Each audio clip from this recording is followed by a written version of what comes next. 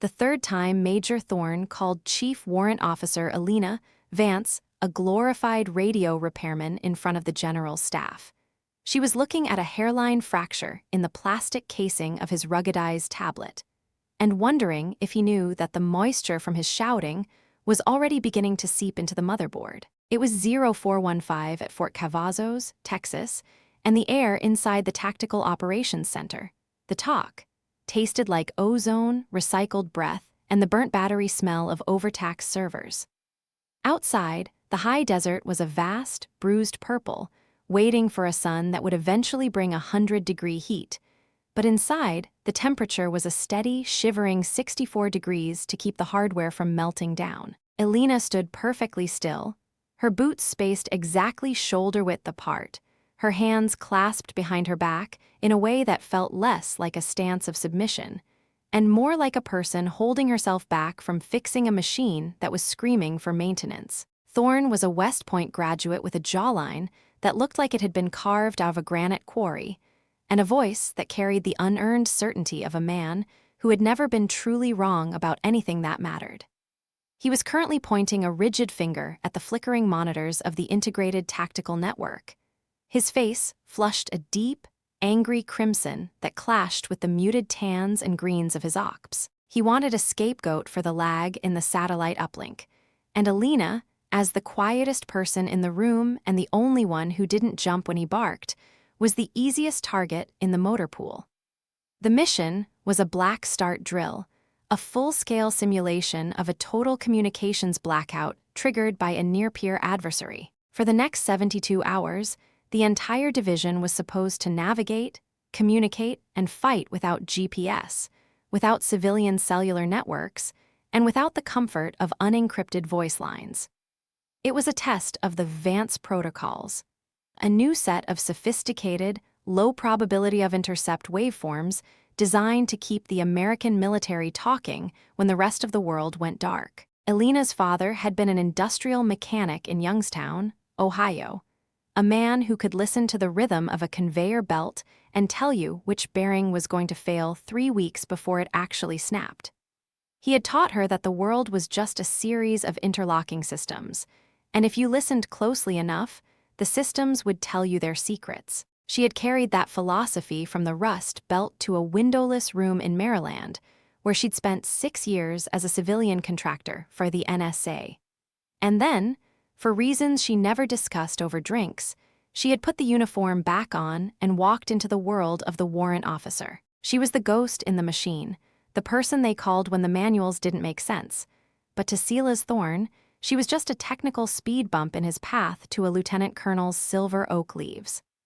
"I asked you a question, Chief," Thorne said, his voice dropping to a low, dangerous vibration that made the junior analysts at the nearby workstations stare intently at their keyboards. "The encryption keys are rolling every 90 seconds instead of every 5 minutes. My commanders in the field are losing sync before they can even finish a sitrep. Do you or do you not have the competence to stabilize the handshake?" Elena didn't blink. She watched a bead of sweat roll down the side of Thorne's temple. The rolling window is shortened because the noise floor in the 30 to 80 megahertz range is rising, Major. The system is automatically tightening the encryption cycle to prevent signal jamming from spoofing the header. If I lock it at 5 minutes, we're inviting a man-in-the-middle attack. The manual is very clear on why the auto-scaling exists. Thorne let out a sharp, derisive laugh that sounded like dry brush snapping. "The manual? You people and your manuals. You treat those technical bulletins like holy scripture because you're too afraid to actually use your head when the gear fails. I don't care what some desk jockey in a cubicle in Virginia wrote 3 years ago. I care about my Bradleys having eyes. Override the autoscale. Now." "I wouldn't recommend that, sir," Elena said quietly. Her voice was flat, devoid of ego, which only seemed to infuriate him more. "I didn't ask for a recommendation, Vance. I gave an order. You're a technician. Fix the lag or I'll find a specialist with a soldering iron who can." Elena felt the familiar, cold weight of controlled rage settling in her chest. It wasn't the kind of rage that made your hands shake. It was the kind that made your vision sharper. She knew exactly why the noise floor was rising, and it wasn't because of the simulation. She had been tracking a ghost frequency, a faint, rhythmic pulse on the edge of the spectrum, for the last 4 hours. It wasn't part of the red force injects for the drill. It was something else, something real. But she also knew that if she told Thorne that, he would simply accuse her of making excuses for her own perceived failure. "Yes, sir," she said, her voice a dead calm. She turned to her terminal, her fingers moving across the keys with a fluidity that was almost hypnotic. She didn't just type. She navigated the architecture of the code as if she were walking through a house she had built with her own hands. In a few keystrokes, she forced the system into a static 5-minute encryption cycle, bypassing the safety protocols she herself had designed 3 years ago while working under a black-budget contract for the Department of Defense. She was E. Vance, the primary architect of the very manual Thorne was currently mocking. To him, she was just a Chief Warrant Officer 3 who didn't talk enough at the O Club. To the system, she was its mother. As the override took hold, the sync lights on the TOC's main map turned a steady, reassuring green. The lag vanished. Thorne grunted, a smirk of triumph tugging at the corner of his mouth as he looked around the room to make sure the general's aide had seen him correct her. "See," Thorne said, leaning over her shoulder, the smell of his peppermint gum cloying and thick. "Sometimes you have to stop reading the instructions and start leading, Chief. Stick to the basics. Leave the high level thinking to the people who actually have to win the fight." He turned on his heel and marched toward the briefing table, leaving Elena in the hum of the cooling fans. She didn't look at him. She didn't look at anyone. She looked at the secondary monitor on her far left, the one she had hidden behind a diagnostic window. The ghost frequency hadn't gone away.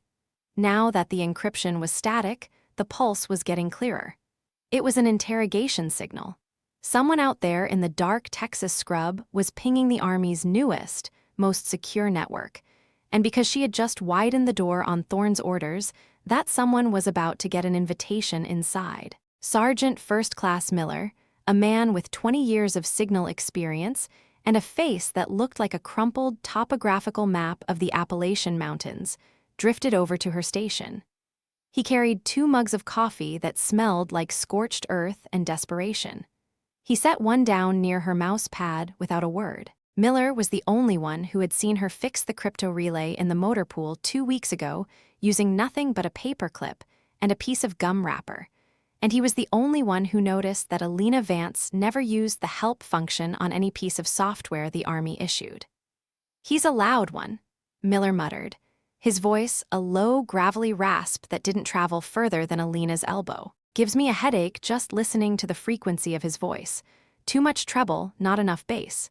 "He wants the green lights, Miller," Elena said, her eyes still fixed on the scrolling lines of code.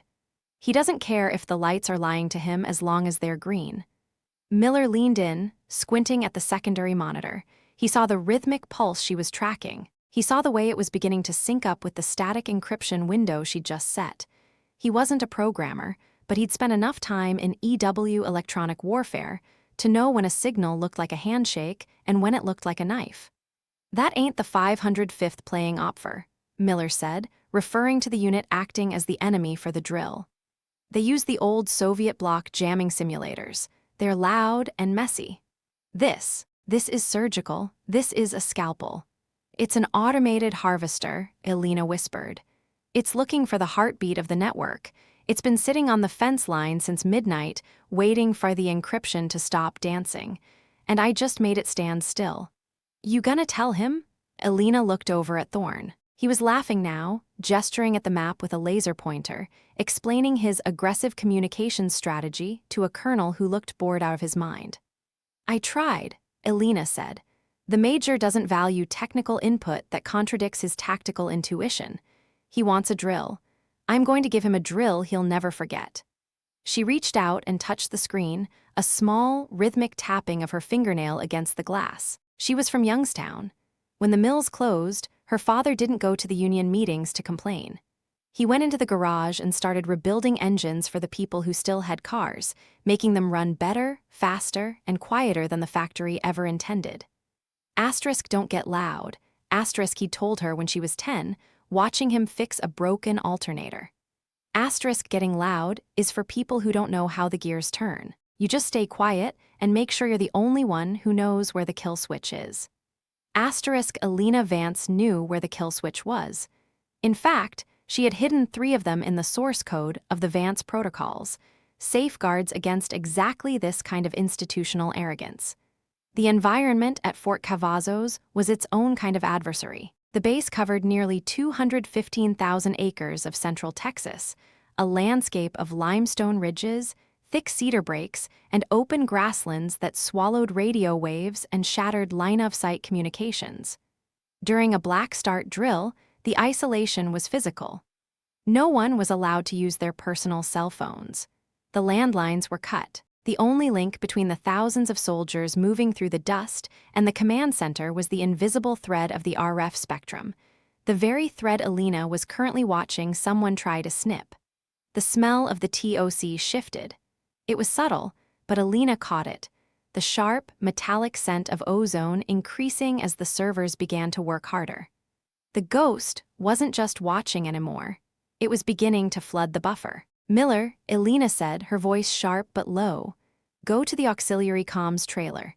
Check the physical patch panel on the SATCOM link. I want to know if there's a hardware bypass that isn't showing up on the logical map. Miller didn't ask why. He didn't ask for a work order.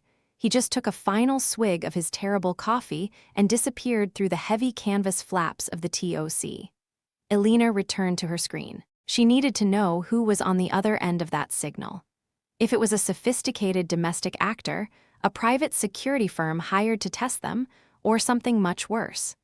There were rumors of gray teams operated by the NSA that hit these drills without warning to expose vulnerabilities, but this felt different.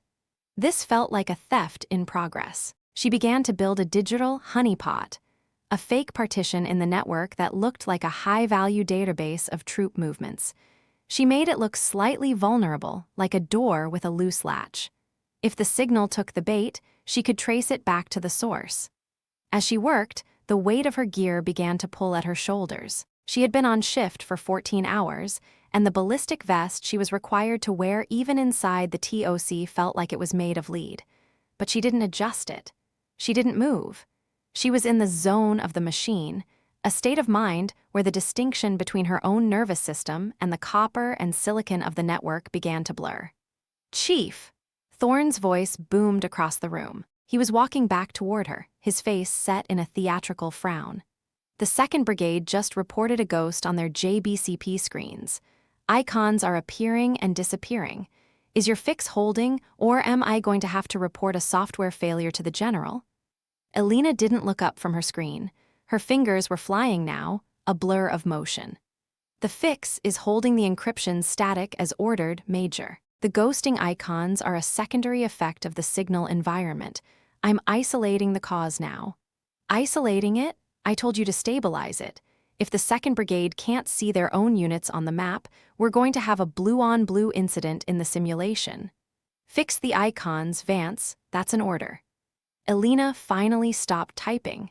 She turned her head slowly and looked up at him. Her eyes were a pale, steady gray, the color of a winter sky over Lake Erie. She looked at him for a long time, long enough that the smirk on Thorne's face began to waver. The icons are ghosting because the network is being interrogated by an external source, Major, she said, her voice perfectly level. By locking the encryption keys, we gave them a steady target. They are currently injecting false data packets into our tactical map. If I try to fix the icons now without cutting the uplink, I'm just giving them a map of our internal logic. Thorne's face went from crimson to a pale, mottled white. He leaned in, his voice a hissed whisper. There is no external source, Chief. This is a closed-loop drill. The only external source is the Red Force, and they're 200 miles away in a different training area. You're seeing ghosts because you can't handle the pressure of a live network. Now, for the last time, clear those ghost icons, or I will have you escorted out of this TOC for dereliction of duty. The silence that followed was thick enough to choke on. The other officers in the room had gone quiet, watching the confrontation. To them, it was a classic power struggle, the high-ranking officer asserting dominance over the stubborn technical expert. None of them saw the cliff Elena was looking at. None of them understood that the drill had ended 10 minutes ago and a real war had begun in the silent spaces between the radio waves. "Do you want me to clear the icons, sir?" Elena asked. "I want them gone, now." "Understood." Elena turned back to her terminal. She didn't clear the icons.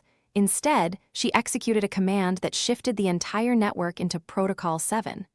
Protocol 7 was a hidden layer of the Vance protocols. It was something she had written during a late-night session in Virginia, a scorched earth defense mechanism. It didn't just clear the icons. It severed every single digital connection in the division, effectively turning every radio, tablet, and computer into a paperweight. It was the only way to flush the harvester out of the system, but it would also mean that for the next hour, the United States Army at Fort Cavazos would be stone blind and deaf.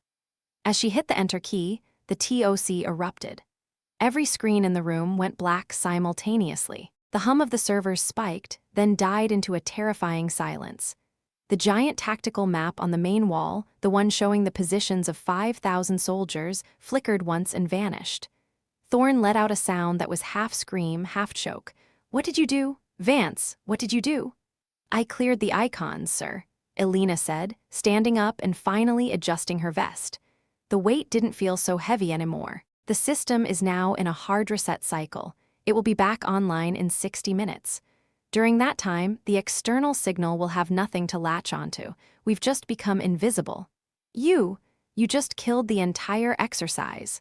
Thorne was shaking now, his hands hovering over his empty holster as if he didn't know what to do with his own body.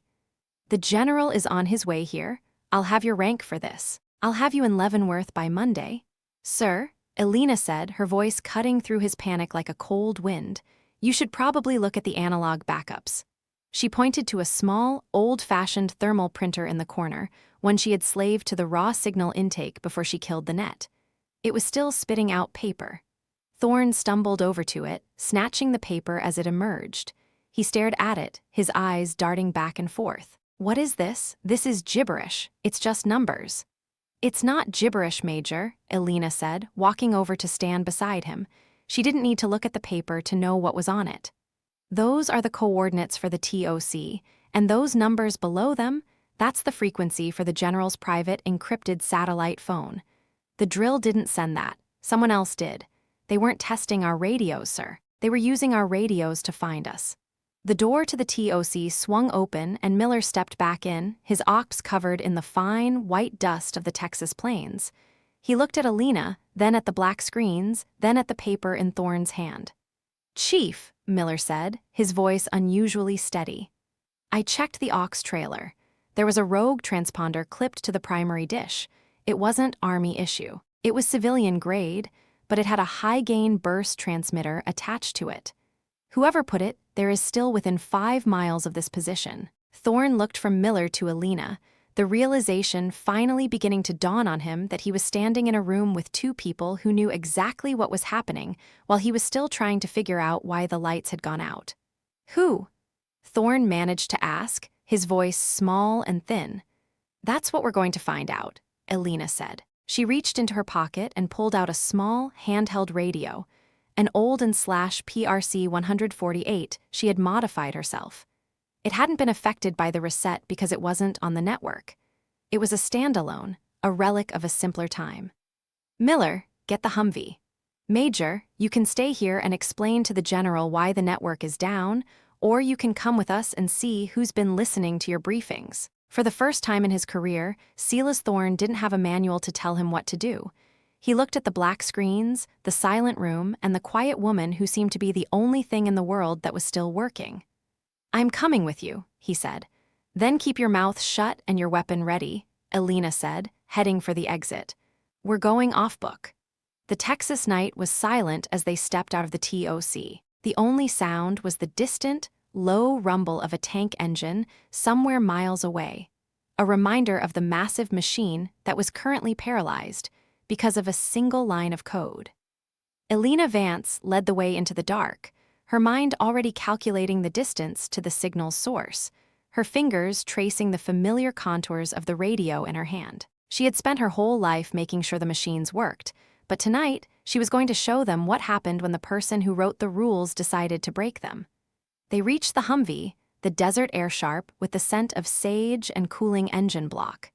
Miller took the driver's seat, his movements practiced and economical.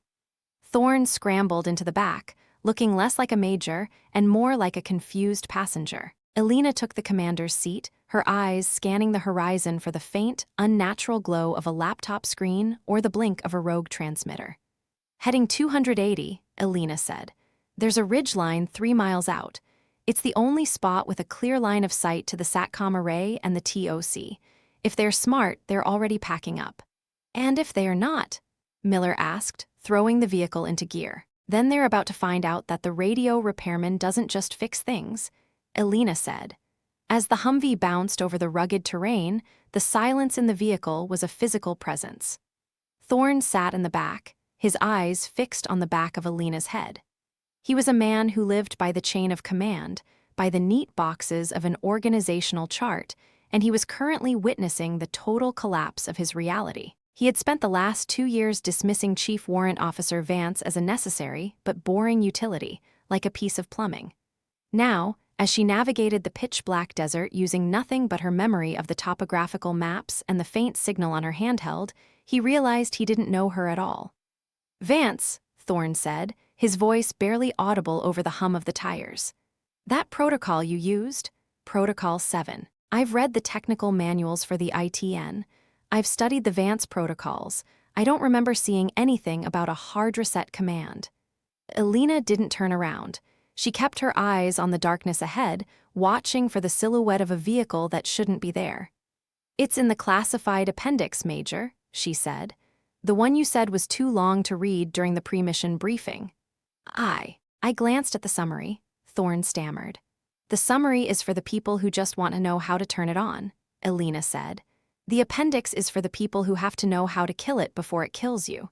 It's on page 412 of FM 3-12. 4. I wrote it on a Tuesday afternoon in a basement in Fort Meade while I was eating a turkey sandwich and thinking about how many officers like you would eventually ignore it." Thorne went silent again. The words asterisk I wrote it asterisk seemed to hang in the air between them, more explosive than any of the simulated artillery rounds that had been fired during the drill. He looked at her ops, at the quiet, steady set of her shoulders, and for the first time, he saw the name tape not as a label, but as a signature. Asterisk Vance. Asterisk the ITN wasn't just a network. It was the Vance Integrated Tactical Architecture. He had spent 6 months lecturing his subordinates on the Vance method of signal dispersion. He had even quoted Vance's first law of encryption in his last evaluation report to the general. "You're asterisk that asterisk Vance?" he whispered. Elena finally looked back at him, her face illuminated by the dim green glow of the dashboard lights. There was no triumph in her expression. "No, I told you so." There was only the weary, focused clarity of a person who had seen the world break too many times to be surprised by it anymore. "My name is Elena, Major, and right now, I'm the only person standing between you and a very long, very uncomfortable conversation with the Department of Justice." Miller slowed the Humvee as they approached the base of the ridge. He cut the lights, the world plunging into an absolute, velvety blackness. "Movement up top," Miller whispered, pointing toward a cluster of cedar trees near the summit. Elena grabbed her night vision goggles and pulled them down. The world turned a grainy, glowing green. She saw it immediately, a white SUV, unmarked, with a high-gain antenna mast protruding from the roof. 2 figures were moving around it, their movements hurried, desperate. They were tossing gear into the back, their silhouettes sharp against the desert floor. "They're burning the evidence," Elena said, her voice dropping into that register of dark competence that made even Thorne sit up straighter. "Miller, take the low ground. If they try to drive out, disable the tires. Major, you're with me. We're going to go up the backside." "Shouldn't we call for backup?" Thorne asked, his hand instinctively reaching for the radio he knew was dead. "The net is down, remember?" Elena said, opening her door with a silent click. "You ordered me to clear the icons. This is what cleared looks like. We're the only ones who know they're here. If we wait for the MPs to find their way out here in the dark without GPS, these guys will be halfway to Austin." She stepped out into the night, her boots hitting the sand with a soft thud. She didn't wait for Thorne to agree. She didn't need him to. She was already moving, a shadow among shadows, navigating the rocky slope with a grace that came from years of fieldwork that Thorne had assumed she'd never done. As they climbed, the smell of cedar and dry earth gave way to something else. The faint, acrid scent of burning plastic. "They're melting the hard drives," Elena whispered, her voice a ghost of a sound.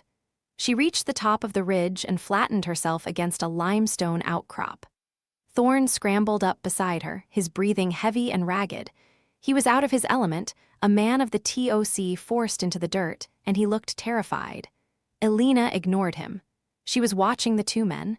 They weren't soldiers. They were wearing tactical gear, but it was too new, too clean.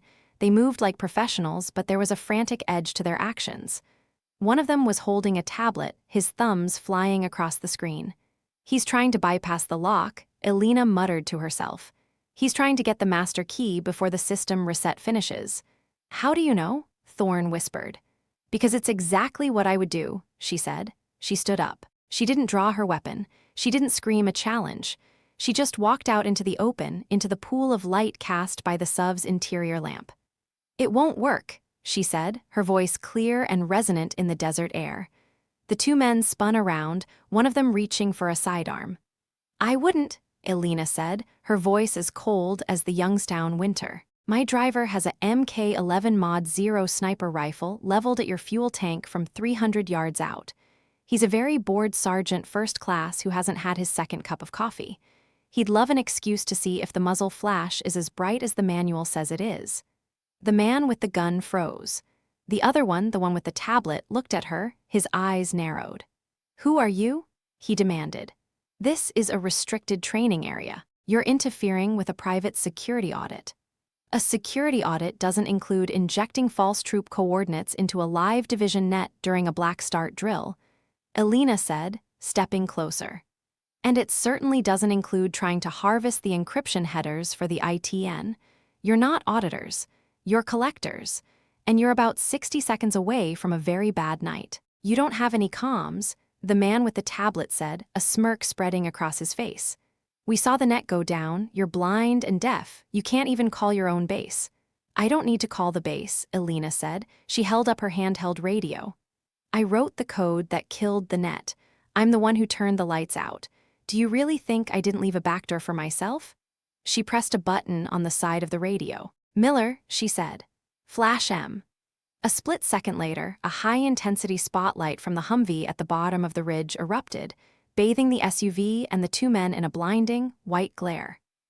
At the same moment, the sirens of 3 MP vehicles, which had been staged a mile away under Elena's quiet orders before she even entered the TOC that morning, began to wail in the distance, their red and blue lights reflecting off the low clouds. Thorne stepped out from behind the rock, his chest puffed out, his confidence returning as the real military arrived.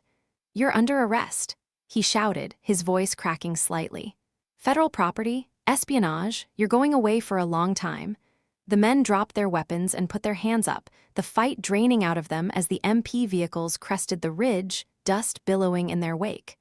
Elena didn't join in the shouting. She didn't help with the handcuffs. She walked over to the tablet the man had dropped and picked it up. She looked at the screen, her eyes scanning the lines of code. It was a sophisticated piece of kit, a high-level intrusion tool that shouldn't exist in the private sector. "Vance!" Thorne called out, his face beaming as the MPs began to secure the scene. "Did you see that? We caught them red-handed. The general is going to be ecstatic. This is a career maker." He walked over to her, his hand extended as if to clap her on the shoulder, but he stopped when he saw the look on her face. Elena was staring at the tablet, her jaw tight, her eyes darker than he had ever seen them.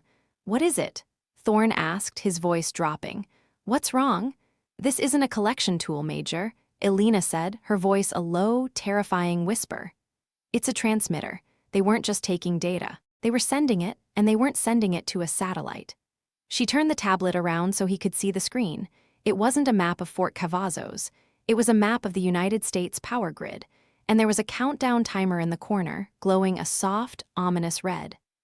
*00, 42, 12*. They used our network to bypass the firewall for the regional switching station in Dallas, Elena said. The Black Start drill. It wasn't just a test for us. It was a mask for them. They needed the Army's encrypted backbone to get past the civilian security layers, and I just gave them a 60-minute window of silence to finish the job.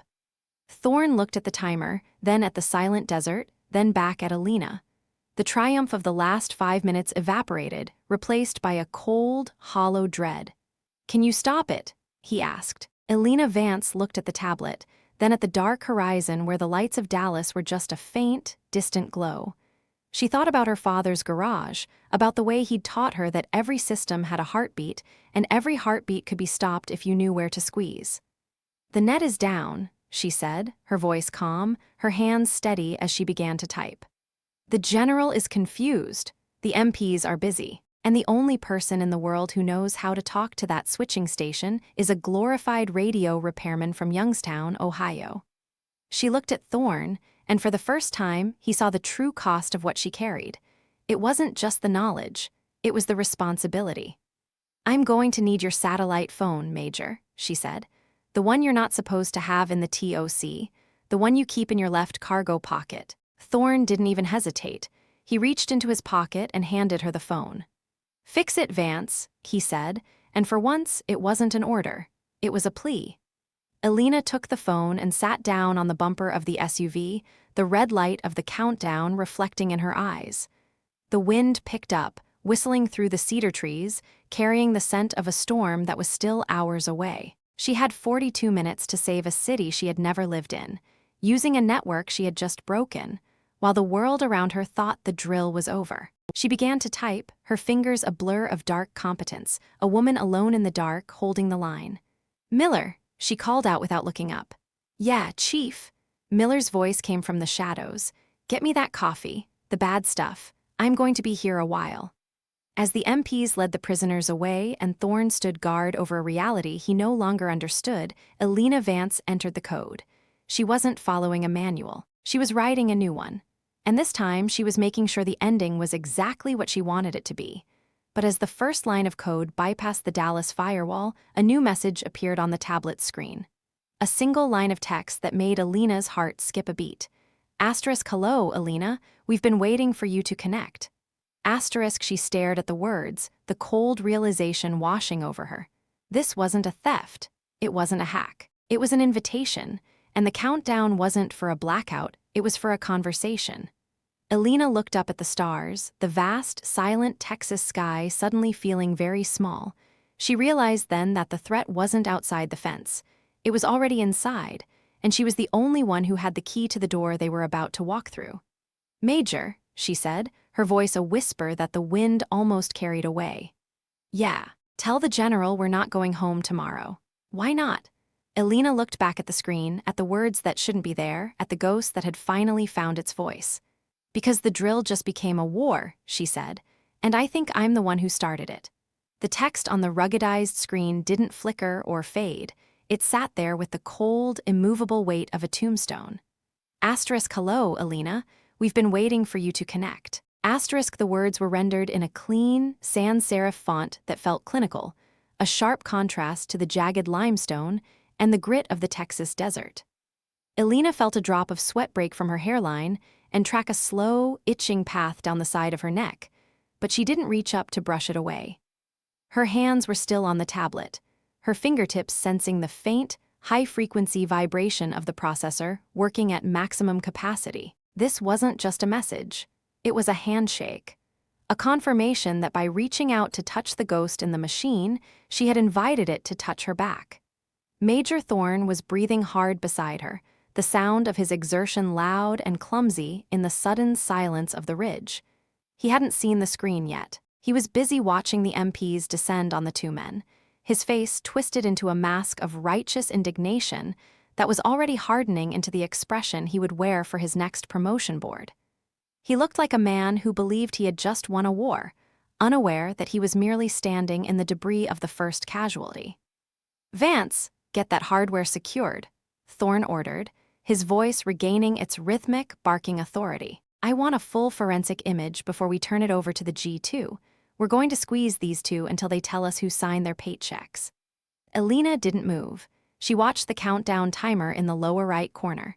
Asterisk 004104 asterisk. The numbers were shifting with a rhythmic precision that felt like a heartbeat. The message, the personal address, had vanished, replaced by a scrolling log of encrypted data packets. She knew that look. It was a shredder protocol, a logic bomb designed to wipe the drive the moment it detected a foreign interrogation. If she let the MPs take it, if she let some mid-level analyst in an air-conditioned trailer at Fort Belvoir plug this into a standard diagnostic suite, the evidence would turn to digital ash before the first byte was copied. "Chief, did you hear me?" Thorne stepped closer, his shadow falling over the tablet. "The drive is self-destructing, Major," Elena said. Her voice was a flat, tonal line, the sound of a person calculating a trajectory while the world burned. "If I don't stabilize the partition now, we lose everything.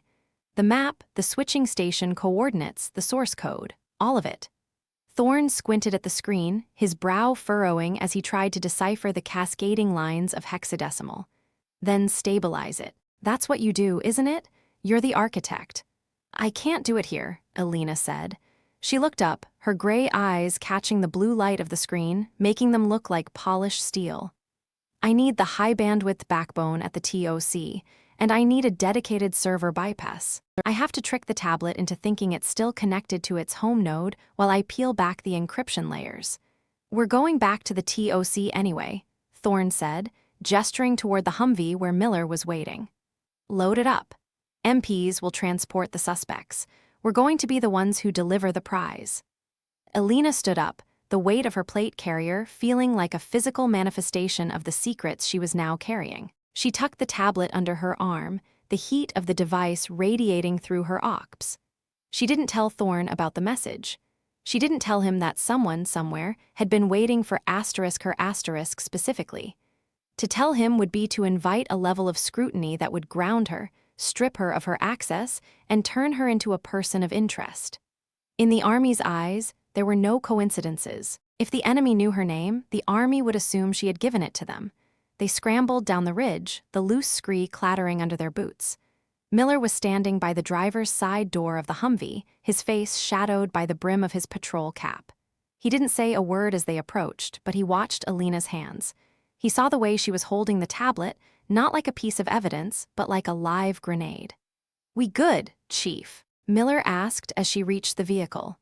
"We're moving, Miller," she said. "Fast. I need the TOC's primary feed the second we hit the motor pool." Miller nodded once, a sharp, economical movement. He didn't ask about the prisoners or the glory.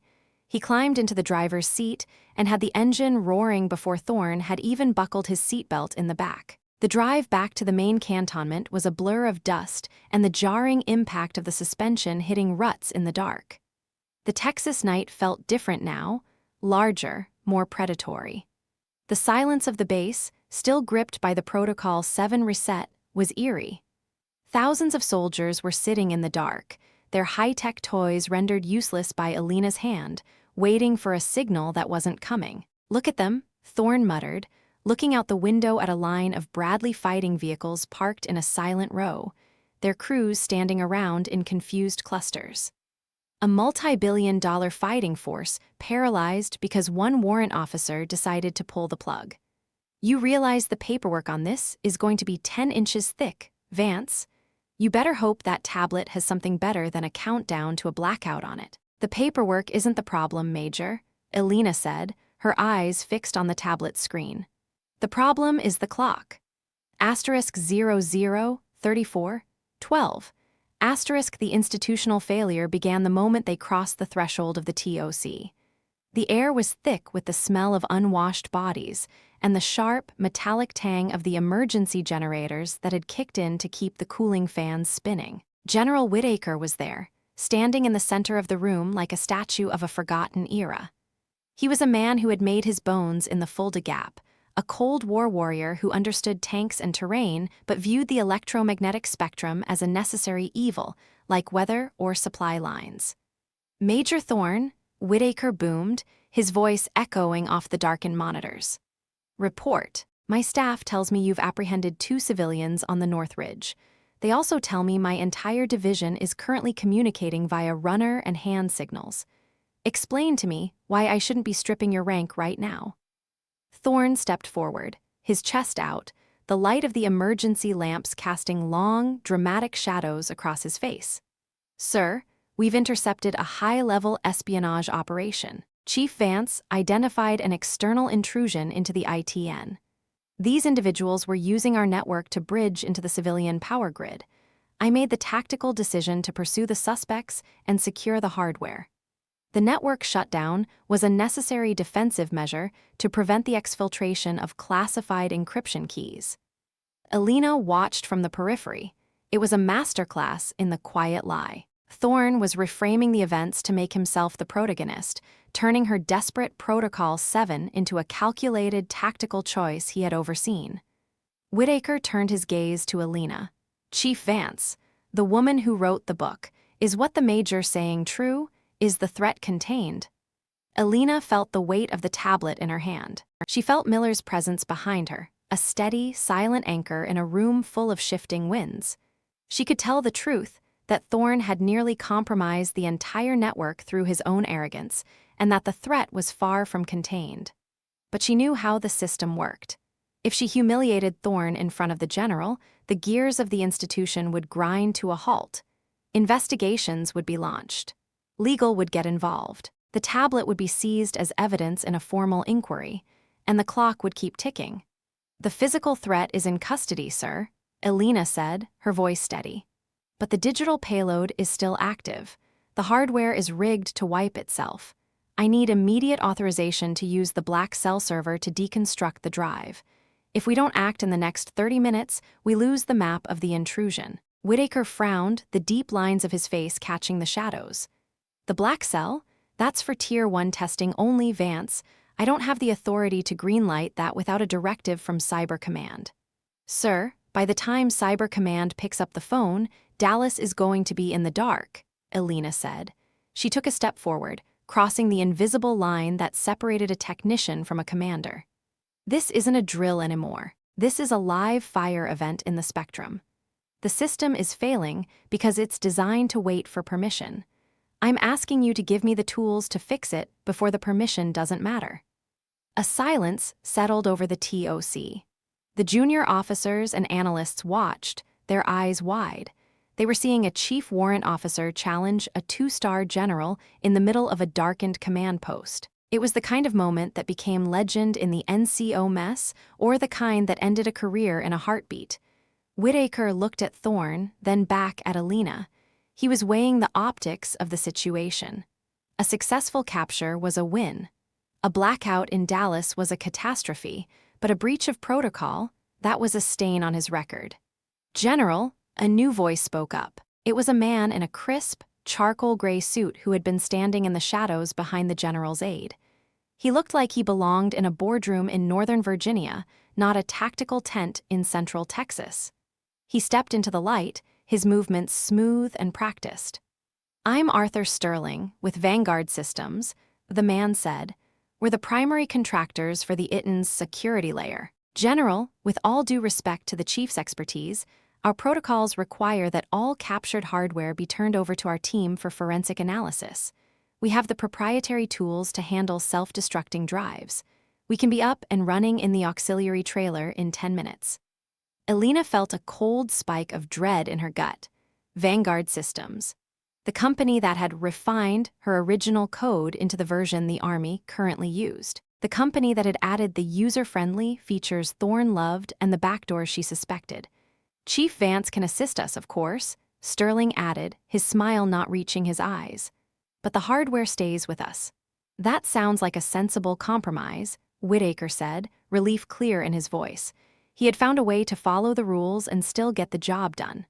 "Thorne, escort Mr. Sterling and Chief Vance to the aux trailer. Get it done?" "Sir," Elena started, but Whitaker had already turned away, his mind moving on to the logistics of the network restart. Thorne smirked at her, a quick, ugly thing. "You heard the man, Vance. Let the professionals handle the heavy lifting. Give the man the tablet." Elena looked at Miller. He was leaning against a server rack, his arms crossed. He saw what she saw. He knew the look on her face, the one she had when she was 10 years old and realized the mechanic was trying to overcharge her father for a part he didn't need. It was the look of a person who had just realized the system wasn't just failing, it was being sold. She handed the tablet to Sterling. She had no choice. To refuse would be an act of mutiny. But as the man's fingers closed around the device, Elena did something she hadn't done in years. She didn't just give him the hardware. She gave him a gift. As she released the tablet, her thumb pressed a specific sequence of buttons on the side, a manual override she had built into the physical casing years ago. It didn't stop the countdown. It didn't save the data. It simply mirrored the screen's output to her handheld radio's frequency. "After you," Elena said, her voice dripping with a forced, icy politeness. The auxiliary trailer was a claustrophobic space, packed with high-end monitors and the hum of specialized cooling units. It smelled of ozone and expensive cologne. Sterling's team, 3 men in tactical polos who looked more like private security than computer scientists, moved with a synchronized efficiency that made Elena's skin crawl. They didn't talk. They didn't ask her for input. They simply plugged the tablet into their proprietary black box and began the bypass. Elena stood in the corner, her back against the metal wall, her hands in her pockets. Her right hand was gripped around her handheld radio. She could feel the heat of it through her glove. "Progress, Mr. Sterling?" Thorne asked, hovering near the door like a nervous parent. "We're bypassing the encryption now, Major," Sterling said, his eyes fixed on a screen that Elena couldn't see. "It's a sophisticated worm. Russian in origin, most likely. We'll have the coordinates neutralized and the drive secured in under 20 minutes. Elena didn't look at Sterling. She looked at her radio. In the dim light of the corner, she saw the tiny screen on her handheld flicker to life. Because she had mirrored the tablet's output, she was seeing what Sterling was seeing, but she was also seeing what he was hiding asterisk. Sterling was telling Thorne it was a Russian worm. But the code scrolling across Elena's radio wasn't Cyrillic-based logic. It was an older, more elegant architecture. It was hers asterisk. It was a modified version of a subroutine she had written for the NSA 6 years ago, a tool designed for deep tissue penetration of state-level infrastructure.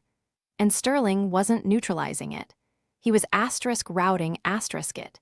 He was using the tablet as a bridge, just as the men on the ridge had done, but he was doing it from inside the Army's own secure perimeter. He wasn't stopping the attack on Dallas. He was refining the target. He was moving the cursor from the switching station to the regional load balancer. If that went down, it wouldn't just be a blackout. It would be a catastrophic surge that would melt the transformers and leave the city without power for months. Elena felt the rage then. It wasn't the hot, explosive kind that made you scream. It was the cold, liquid oxygen kind that made you move with the precision of a scalpel. She realized then that Vanguard Systems wasn't here to fix the problem. They were the problem. They were using the drill, the Black Start, as a cover to perform a live fire stress test of their own weaponized code, and they were doing it on their own soil to see if the Army's Vance protocols could stop them. She looked at Thorne. He was nodding along to Sterling's jargon, a look of smug satisfaction on his face. He was the perfect, useful idiot, a man whose vanity made him a shield for people like Sterling. Elena slowly pulled her hand out of her pocket. She didn't have her weapon, it was holstered at her hip, and drawing it here would be suicide. She had something better. She had the knowledge of how the gears turned. "Miller," she whispered into the small mic clipped to her collar. Outside the trailer, Miller was leaning against the Humvee, smoking a cigarette he wasn't supposed to have. He tapped his earpiece twice. "Go for Miller." "I need a distraction," Elena said, her voice so low it was almost a thought. "The auxiliary power junction behind the trailer. I need it to blow. Not a fire. A surge. Give me 30 seconds of total darkness and a fried motherboard in here." "Copy that, Chief," Miller said. His voice was as calm as if she'd asked him for a wrench. 30 seconds, starting now. Elena turned back to the room. "Major Thorne," she said, her voice clear, "I think you should see this." Thorne turned, annoyed. "What now, Vance? We're in the middle of the handshake," Elena said, pointing at a random monitor. "It's looping. If you don't adjust the phase shift on the carrier wave, you're going to lose the sync." It was nonsense, pure technical gibberish, but it was exactly the kind of thing Thorne thought he understood. He stepped toward the monitor, leaning in. Sterling turned too, his brow furrowed, wondering if the radio repairman had actually spotted a flaw in his routing. In that moment, the world ended. A muffled asterisk whump asterisk echoed from behind the trailer, followed by the screech of shearing metal. A flash of white-blue light flared through the small windows, and then every light in the trailer died. The hum of the cooling fans cut out, replaced by the terrifying silence of a dead machine. What the hell was that? Thorne shouted in the dark. Generator surge. One of Sterling's men yelled, "Get the backup lights." In the chaos, Elena moved. She didn't need light. She had spent 1,000 hours in windowless rooms, navigating by the layout of the cables and the heat of the processors. She lunged for the black box where the tablet was docked. Her fingers found the release lever. She ripped the tablet out, the cable snapping with a sharp, plastic pop. She didn't stop. She spun around, her shoulder hitting Sterling, sending him stumbling back into his teammates. She bolted for the door, her boots thudding on the metal floor. "Vance!" Thorne's voice was a roar behind her. "Vance, what are you doing?" She burst out of the trailer into the cool Texas night. The air was thick with the scent of ozone and burnt insulation. A plume of gray smoke was rising from the power junction. Miller was already in the driver's seat of the Humvee, the engine idling in a low, predatory growl. "Go!" Elena screamed, vaulting into the passenger seat as the door was still swinging open. Miller floored it. The Humvee lurched forward, tires screaming on the gravel, as the door to the auxiliary trailer flew open and the beams of tactical flashlights began to sweep the motor pool. "Talk to me, Chief," Miller said, his eyes locked on the dark road ahead. He didn't turn on the lights. He didn't need them. He knew this base like the back of his hand, and he was driving by the silhouette of the ridges against the stars. "Sterling is routing the attack," Elena said, her chest heaving as she gripped the tablet. "Vanguard is the actor. They're using the drill to mask a live-fire test. If I don't stop the countdown, Dallas goes dark in 22 minutes, and they'll blame it on the Russian worm they just discovered." "So what's the plan?" Miller asked.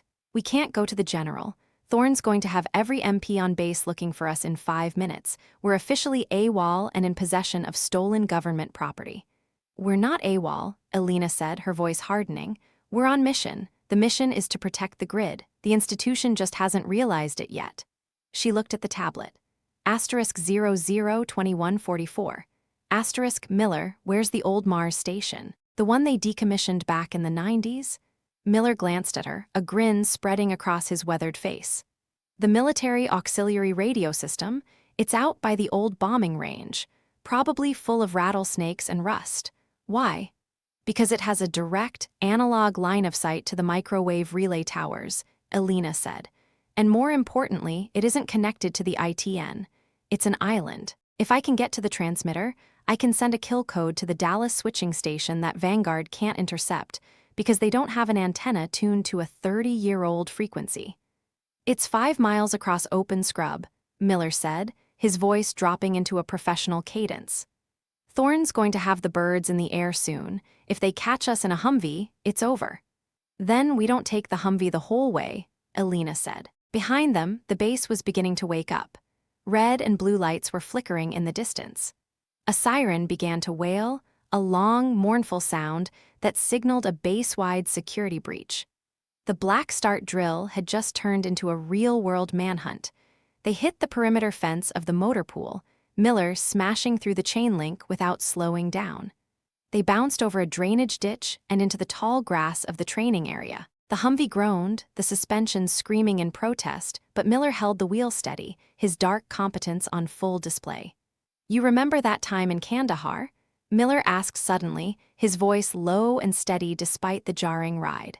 "That night we had to exfil the SIGINT team through the Grape Rose. Before the Rangers knew we were even there?" Elena gripped the handle on the dashboard. "I remember. You nearly took the axle off that Hilux." "Yeah, well," Miller said, a small, grim smile tugging at his mouth.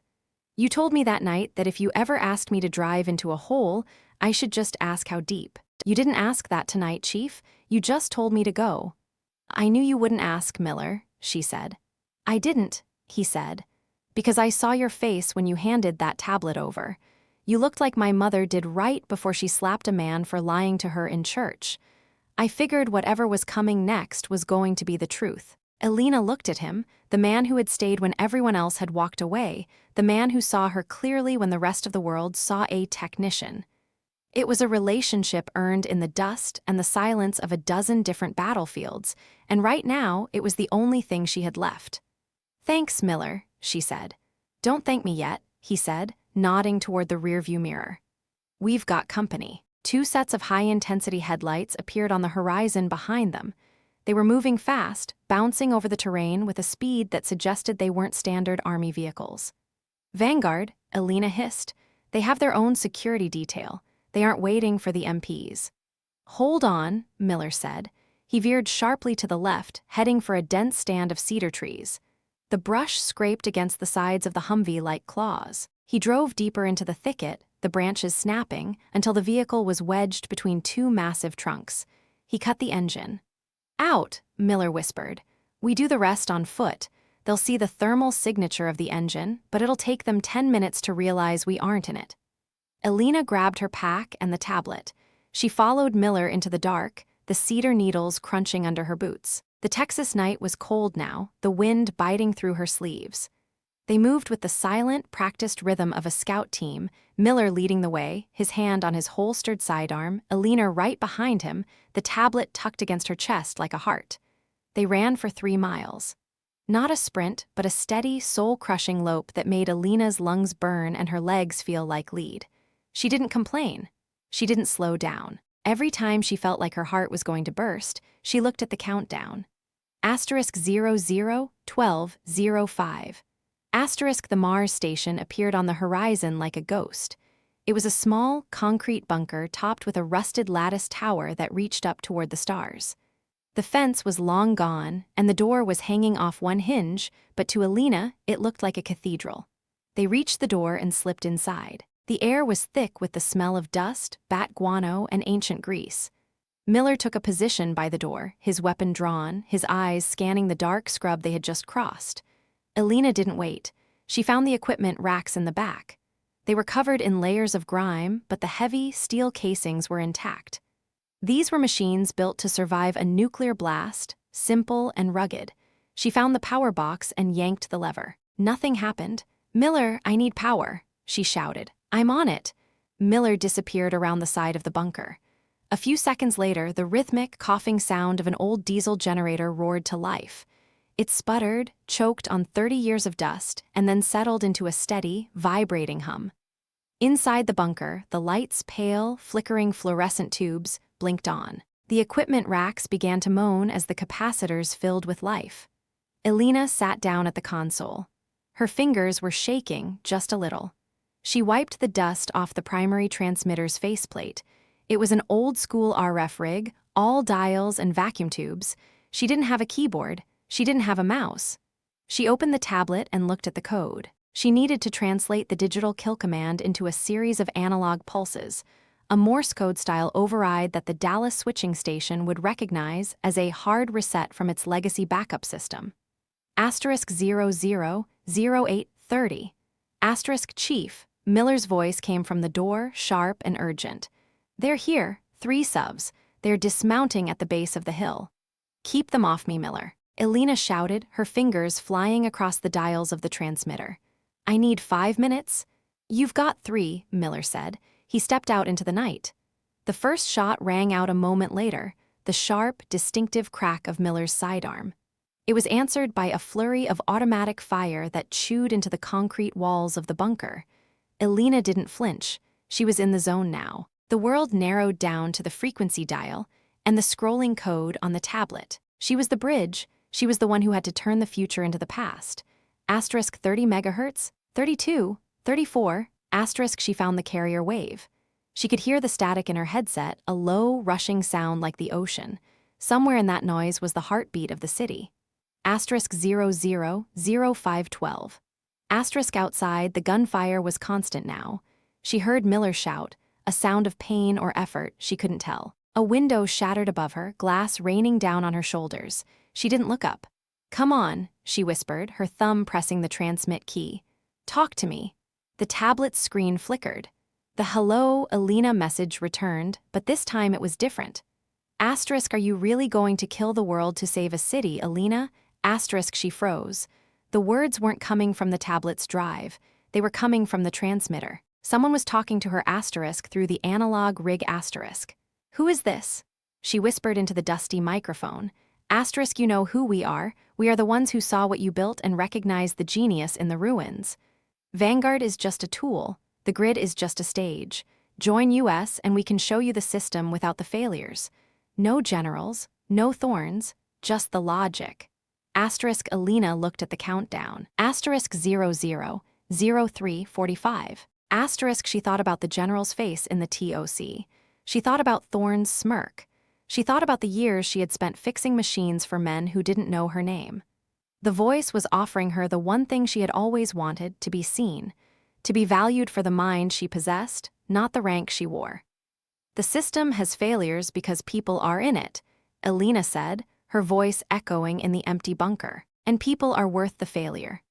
Asterisk, a disappointing answer, Chief.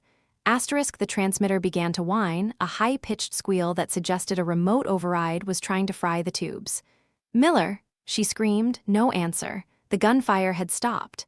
Elena felt a surge of cold, pure terror. She stood up, looking toward the door. A figure stood there, silhouetted against the moonlight. It wasn't Miller.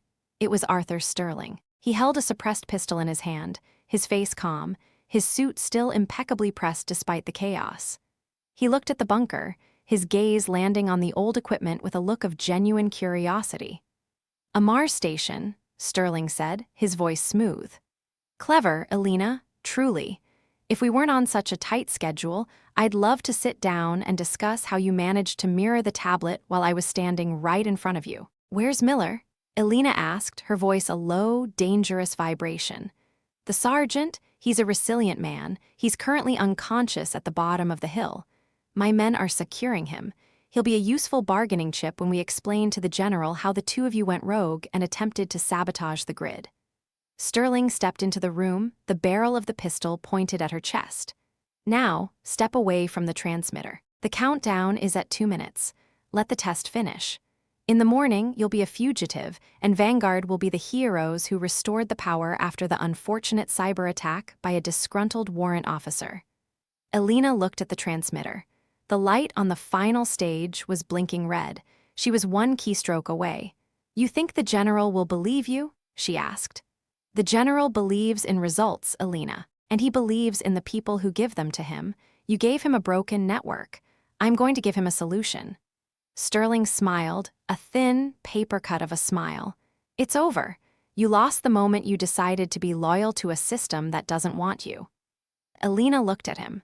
She looked at the man who represented every institutional failure she had ever endured, the arrogance, the greed, the casual dismissal of the truth. And then she looked past him.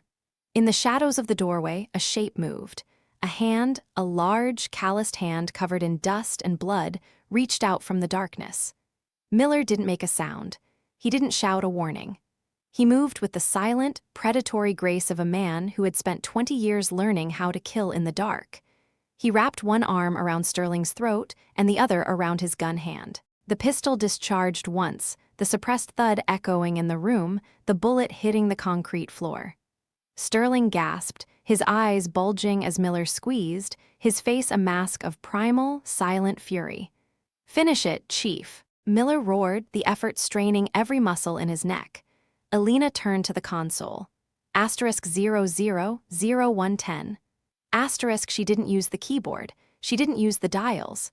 She reached into the back of the transmitter, her hand brushing against the red-hot vacuum tubes, ignoring the smell of her own skin burning. She found the primary oscillator wire. She didn't need a code. She needed a short. She grabbed the wire and pressed it directly against the grounded chassis. A massive spark erupted, a flash of white light that blinded her.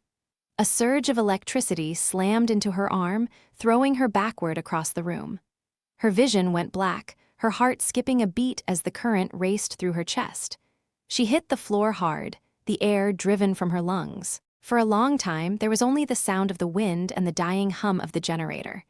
Elena opened her eyes. The bunker was dark. The transmitter was a charred ruin, smoke curling from the vents. The tablet was dead, its screen shattered. She rolled onto her side, coughing, her right arm numb and useless. She looked toward the door. Miller was sitting on the floor, leaning against the wall. Sterling was unconscious at his feet, his face purple. Miller was clutching his side, his ox soaked in a dark, spreading stain. Did we get it? Miller wheezed. Elena looked at her watch. The time was 05:00:01. She closed her eyes and listened. In the distance, across the miles of scrub and the silent base, she didn't hear the roar of a city dying. She didn't hear the chaos of a grid failing. She heard the low, steady hum of the world continuing to turn. "We got it," she whispered. She dragged herself over to Miller, collapsing beside him. She looked out the broken door at the horizon. The first faint light of dawn was beginning to bleed into the sky, a pale, bruised purple. "They're coming, Miller," she said, seeing the headlights of a dozen MP vehicles screaming toward the hill. "I know," Miller said, his voice a rasping ghost of itself. "What's the move, Chief?" Elena Vance looked at the charred remains of the transmitter, the woman who had just saved a city and destroyed her career in the same breath.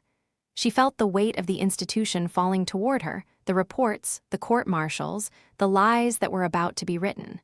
She reached out with her good hand and took Miller's. "We tell the truth," she said, "and then we see who's left to hear it." But as the first MP vehicle screeched to a halt outside, a voice crackled over Miller's discarded radio. Not the general, not Thorne, but a voice Elena didn't recognize. A voice that sounded like it came from the very top of the world. "Chief Vance, this is Aegis Control. We have eyes on your position. Do not surrender the hardware to the MPs. We are 3 minutes out. The game is just beginning." Elena looked at the radio, then at the sky. 3 black helicopters, unmarked and silent, were dropping out of the clouds like hunting hawks. The institution hadn't just failed. It had been replaced. Elena Vance gripped Miller's hand tighter as the wind from the rotors began to scream through the bunker, realized that the war she had started wasn't over. It was just moving to a different frequency. The sound of the rotors didn't just fill the air. It vibrated the marrow in Elena's bones, a rhythmic, heavy thudding pulse that seemed to synchronize with the frantic drumming of her own heart. It was the sound of MH6M little birds. The killer eggs. But these were blacked out, their navigation lights extinguished, their engine notes a precision-tuned hum that spoke of a maintenance budget far beyond the standard Army requisition. She stood in the center of the charred Mars station. The smell of her own burnt flesh from the vacuum tubes, a cloying, metallic scent that she forced into a locked box in the back of her mind. Miller was a slumped, heavy weight against the limestone wall, his breathing a wet, shallow rattle that told her more about his internal trauma than any diagnostic tool could. The light from the dying generator flickered once, twice, and then plunged the bunker into a suffocating, velvety darkness, leaving only the pale, ghostly glow of the shattered tablet screen. She didn't wait for the skids to touch the Texas dirt. Elena knew the cadence of a fast rope insertion. She heard the distinctive asterisk, shick asterisk of the ropes being kicked out, the muffled thuds of boots hitting the roof of the bunker above her head. The Aegis Control voice on the radio had been too calm, too prepared. In the military, Aegis was a shield, but in the shadows of the deep state apparatus she had spent a decade navigating, a shield was often just the heavy plate used to crush whatever was underneath it. She reached down, her burnt right hand screaming in protest as she gripped the handle of Miller's plate carrier. "Miller," she hissed, the word barely a breath. "I need you on your feet, now." I'm good, Chief," Miller lied, the words thick and slurred. He tried to push himself up, his boots slipping in the mix of dust and his own blood. Elena felt the heat of his wound through her gloves, the wetness soaking into her ox. She didn't let go. She hauled him up, her smaller frame straining against the dead weight of his gear, her teeth bared in a silent snarl of exertion. She wasn't just a warrant officer anymore. She was a lever, a piece of physics applied to an impossible problem. She didn't head for the door where Sterling lay unconscious. She headed for the back, where a rusted ventilation grate led to the old service crawlway, a remnant of the Cold War era that didn't appear on the digitized maps Vanguard had been using to track them. She kicked the grate, the metal groaning and shearing off its corroded bolts. The first of the operators dropped through the bunker's skylight, a shadow silhouetted against the moonlight, the green glow of quad-tube NVGs making him look like a four-eyed insect. He didn't issue a command. He didn't identify himself.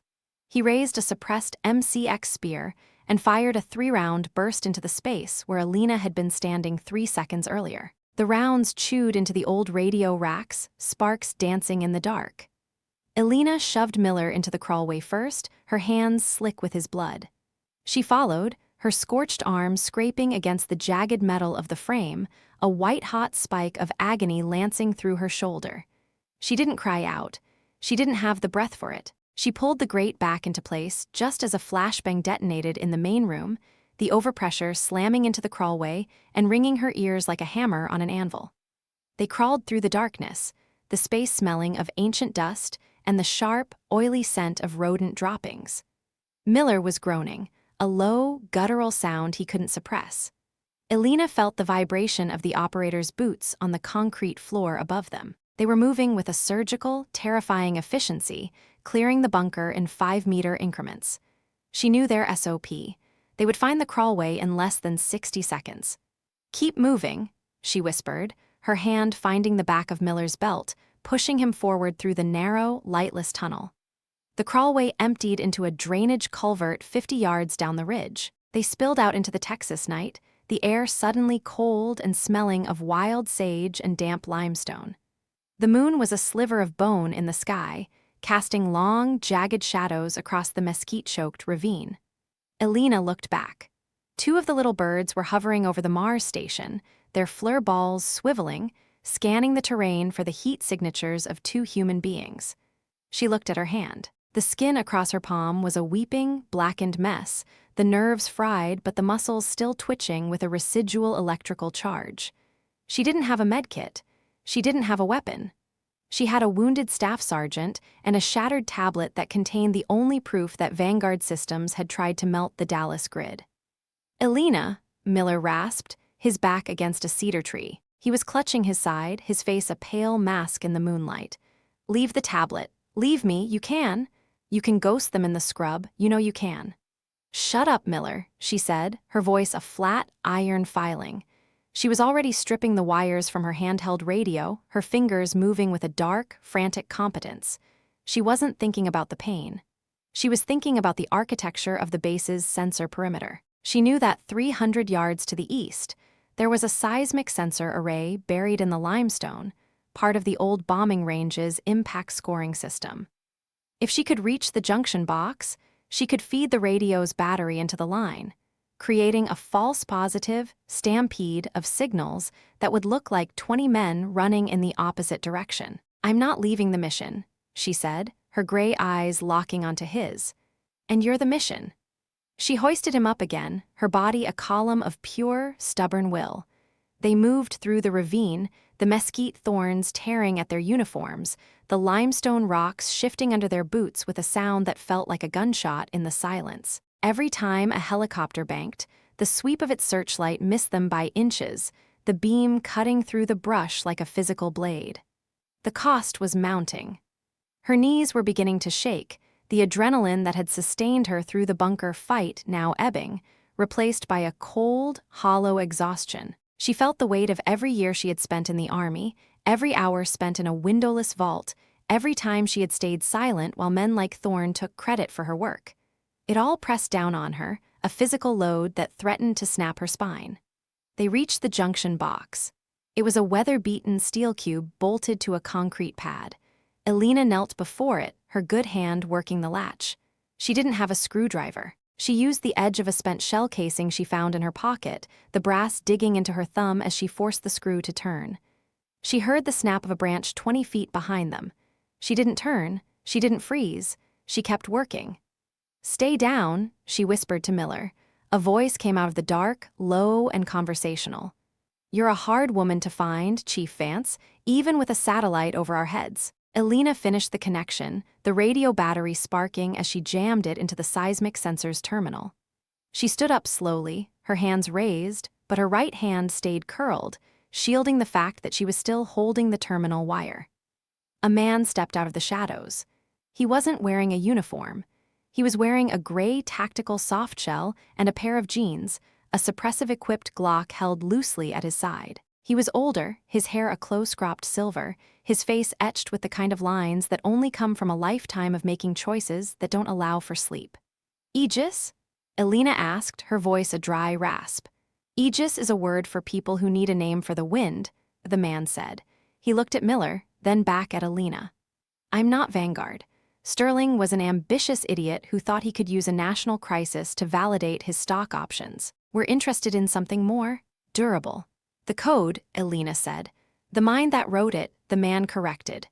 The grid is fine, Elena. You saved it. Dallas is waking up to their alarm clocks and their morning coffee, and they will never know that a warrant officer in a dusty bunker kept their world from melting. But you've crossed a line tonight.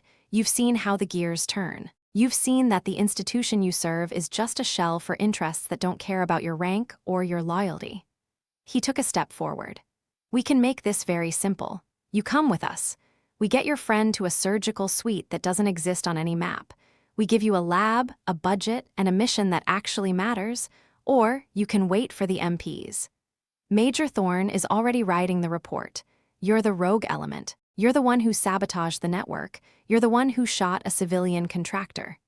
Elena looked at the man. She felt the controlled rage simmering in her gut, not at him, but at the system that allowed him to exist. She thought about Whitaker and the quiet lies.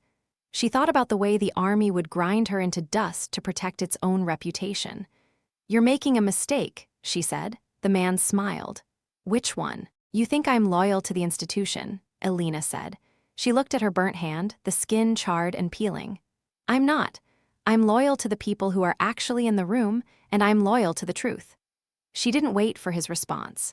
She jammed the terminal wire into the ground fault circuit. The false seismic signal didn't just create a distraction. It tripped the emergency destruct protocol for the old range's scoring towers, a series of small, shaped charges designed to level the towers in the event of a base overrun, detonated simultaneously 300 yards to the west. The night exploded.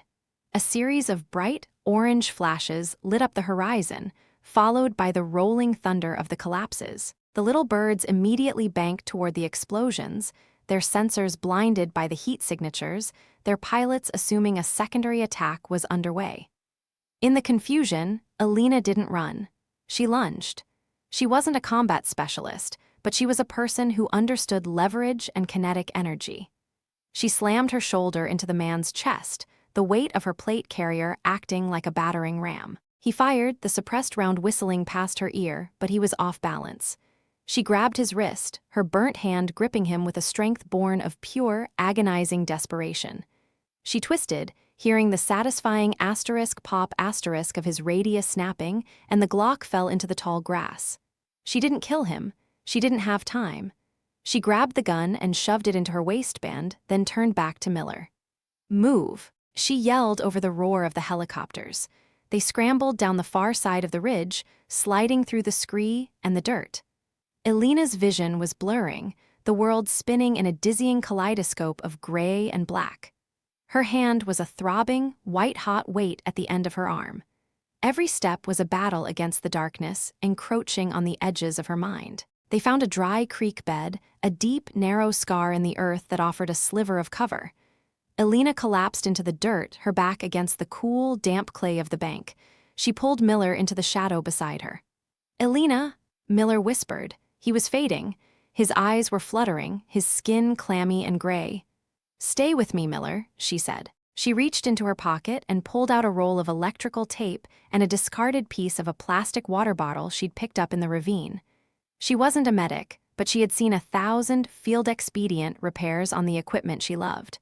A human body was just another system. A heart was just a pump. A lung was a bellows. She placed the plastic over the entry wound in his side, sealing it with the tape. A vented occlusive dressing. It was crude, it was messy, but it stopped the sucking sound of his chest cavity. There, she breathed, her forehead resting against his for a second. You're not dying tonight, I don't give you permission. They lay there in the silence of the creek bed for what felt like hours, though she knew it was only minutes. Above them, the search continued. The helicopters circled, their spotlights dancing on the rim of the ravine like the eyes of predatory birds. She could hear the voices of the search teams on the ridge, the sharp, clipped tones of professionals who had lost their prize and were now hunting for blood. This was the moment of maximum pressure. She was trapped in a hole with a dying man, surrounded by a shadow army, her body broken, and her career over. She could hear the clock ticking in her head, the same countdown that had been on the tablet, but now it was counting down to the end of her life as Elena Vance. She reached into her pack and pulled out the shattered tablet. The screen was a spiderweb of cracks, but the core processor was still humming, its internal battery a resilient heart. She looked at the code scrolling through the fractures. She realized then that the code wasn't just a weapon. It was a map. Embedded in the subroutines Sterling had been using was a list of IP addresses, the home nodes of the Vanguard network. These weren't just servers, they were the digital signatures of the people who had authorized the Black Start drill. Names, accounts, locations. If she could get this data out, if she could find a way to broadcast it to a frequency that wasn't controlled by the Army or Aegis, the quiet lies would be over. The truth would be out in the wild, an uncontained virus that no amount of spin could stop. But she didn't have a transmitter. The Mars station was gone. The radio was a pile of melted plastic. She looked at the SIG sour on her hip, then at the man's Glock in the grass. She looked at Miller. "Miller," she said, her voice a low, steady hum, "I need your phone." Miller blinked, his eyes focusing with a monumental effort. "My phone, Chief, there's no bars, the Protocol 7, it's still active." "I don't need a signal," Elena said. "I need the antenna." She took his ruggedized smartphone and began to strip it.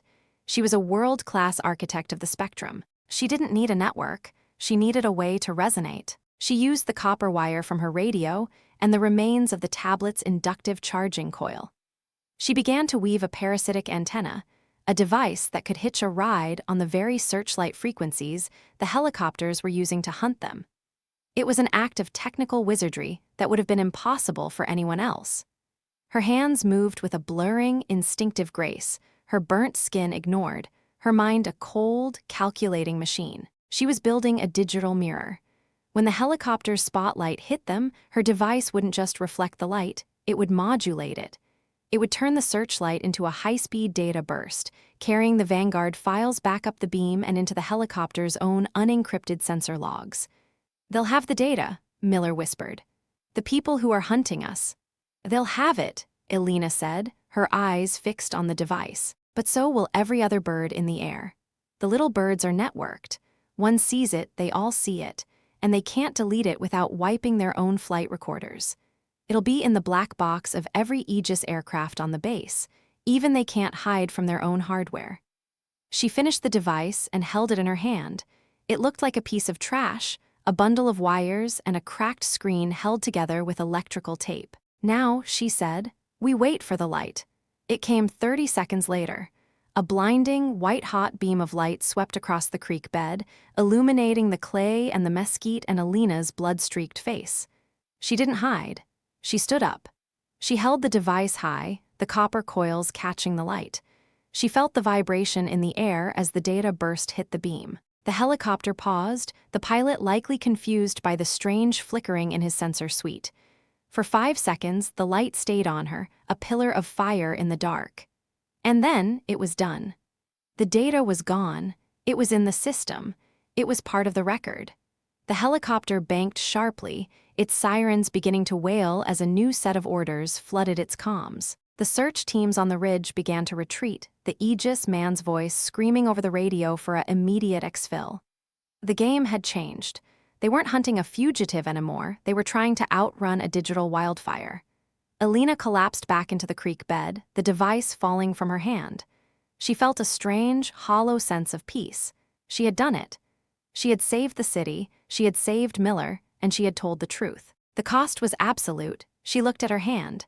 The burns were deep, the scars destined to be permanent. She looked at her uniform, torn and soaked in blood. She looked at Miller, who was breathing steadily now, the color slowly returning to his lips. She had won the battle. But she knew, with the cold clarity of a person who understands how power works, that she had lost everything else. She would never wear the uniform again. She would never sit in a vault. She would never be the architect for the institution she had served for half her life. She lay there as the dawn began to break over the Texas horizon, a pale, bruised purple that slowly bled into a dusty gold. The helicopters were gone. The sirens were a fading echo. The base was waking up, but it was a different base than the one she had known 24 hours ago. The immediate aftermath was a surreal, quiet blur. An hour later, a column of standard Army MPs found them. They didn't arrive with the violence of the Aegis teams. They arrived with the slow, procedural weight of a system trying to reassert control. They found Elena sitting in the creek bed, holding Miller's hand, her face a mask of stone. Major Thorne was there, of course. He stepped out of a Humvee, his face red with a mixture of fury and fear. He looked at the bunker on the hill, then at Elena. "Chief Vance," he said, his voice trembling. "You are under arrest for the theft of classified hardware, the assault on a civilian contractor, and the sabotage of a national defense network. You have the right to remain silent." Elena didn't look at him. She looked at the sun rising over the ridges. She felt the warmth of the light on her face, the first bit of warmth she had felt in an eternity. "I have the right to tell the truth, Major," she said, her voice a quiet, devastating line. "And I've already told it. You might want to check your flight logs." Thorne went pale. He opened his mouth to speak, but a young MP sergeant stepped forward, his eyes wide as he looked at the data scrolling on his handheld tablet, a tablet that was now receiving the Vanguard files from the base's own internal network. "Sir," the sergeant whispered, "you need to see this." Elena felt the MP's hands on her, the cold click of the metal cuffs around her wrists. She didn't flinch. She didn't struggle. She let them lead her toward the Humvee. She saw them loading Miller onto a stretcher, his eyes open, watching her. He gave her a small, weak nod. As she was shoved into the back of the vehicle, Elena looked back at the Mars station, the small, concrete bunker where she had risked everything for a city that would never know her name. It looked small and insignificant in the vast expanse of the Texas desert. She knew the reckoning was coming. She knew the lawyers and the generals and the politicians would spend the next year trying to bury what she had done. She knew she would likely spend that year in a cell at Leavenworth, waiting for a trial that might never happen. But as the Humvee began to pull away, Elena Vance felt a small, flickering spark of hope in her chest. She was still standing. The system had tried to break her, to use her, and then to erase her. But she was still here. And the truth was out there, moving at the speed of light, crossing every border and every firewall she had ever built. She closed her eyes and leaned her head against the cold metal of the door, the rhythm of the road a new cadence, a new frequency. She was Elena Vance. She was the architect. And for the first time in her life, she was exactly where she was supposed to be. The story wasn't over. The game had just changed. And as the sun climbed higher into the sky, Elena Vance finally let herself breathe. The white of the ceiling in the intensive care ward at Carl R. Darnall Army Medical Center was not a pure white. It was a clinical, aggressive eggshell that seemed to vibrate under the hum of the overhead fluorescent ballasts. Elena Vance lay beneath it, her world reduced to the rhythmic, mechanical sigh of a ventilator 2 rooms down and the sharp, localized agony of her right hand. They had debrided the burns 3 hours ago, a process that had stripped away the charred remnants of her skin and left her nerves screaming in a language of pure, unadulterated fire. They had offered her morphine, then Dilaudid, then a cocktail of nerve blocks that should have turned her arm into a heavy, senseless log. It hadn't worked. Her body, conditioned by years of high-frequency exposure and a nervous system tuned like a piano wire, seemed to reject the sedation. She felt every stitch of the bandages, every pulse of the Roman 4 drip in her left antecubital vein, and every shifting shadow of the 2 military police officers stationed outside her door. The door didn't swing open so much as it yielded to the weight of authority. It wasn't Major Thorne. Elena knew Thorne's gait, the heavy, performative heel strike of a man trying to convince himself of his own importance. This footfall was lighter, more precise, the sound of someone who didn't need to announce their arrival because the room already belonged to them. She didn't turn her head. She watched the reflection in the polished glass of the vitals monitor. A man in a charcoal suit, tailored with the kind of conservative precision that screamed Beltway power, stood at the foot of her bed. Beside him was a brigadier general she recognized from the portrait in the garrison headquarters, General Holloway, the deputy commanding general of Roman III Armored Corps. Holloway looked like he hadn't slept in 48 hours. His ACUs were crisp, but the skin beneath his eyes was the color of a bruised plum. "Warrant Officer Vance," Holloway said. His voice was a dry rattle, devoid of the practiced warmth he usually reserved for change of command ceremonies. Elena remained silent. She was breathing through the pain, a slow, 4-count box breath that kept the scream at the back of her throat from finding its way to her lips. She didn't look at them. She looked at the blinking green light of the pulse oximeter on her finger. "The surgeons say you're lucky to have the hand," the man in the suit said. He didn't introduce himself. He didn't need to. He had the air of a man who dealt in the currency of silence. "They say the nerve damage might be permanent. A shame. I'm told you were quite the artist with a soldering iron and a keyboard." "I'm a warrant officer in the United States Army," Elena said. Her voice was a ghost of itself, a raspy, parched sound that felt like swallowing glass. "I'm not an artist, I'm an architect."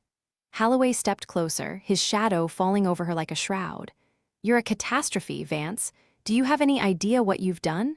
You didn't just tell the truth. You bypassed 3 layers of Department of Defense encryption and broadcast raw, unvetted intelligence into the flight recorders of an entire aviation battalion. You've created a data breach that is currently being litigated in 4 different congressional subcommittees and 3 intelligence oversight boards. You turned a localized equipment failure into a national security crisis." "It wasn't a failure," Elena said, finally turning her head to meet his eyes. Her gray gaze was hard, clinical, and entirely unimpressed by the stars on his shoulders. "It was a black start protocol initiated by a civilian contractor with the intent to destabilize the Dallas power grid for the purpose of market manipulation and the validation of a private security contract. Major Thorne was complicit, either through gross negligence or active participation. I saved the grid. I saved the lives of the soldiers in that bunker." "You shot a man, Elena," the suit said softly. "A representative of a firm that has held a Tier 1 status with the Pentagon for a decade. You destroyed $3 million worth of sensitive Mars equipment, and you did it all while ignoring a direct order to stand down." "The order was unlawful," she countered. "The man I shot was an armed combatant acting outside the scope of his contract and the laws of the United States. He was an existential threat to the mission."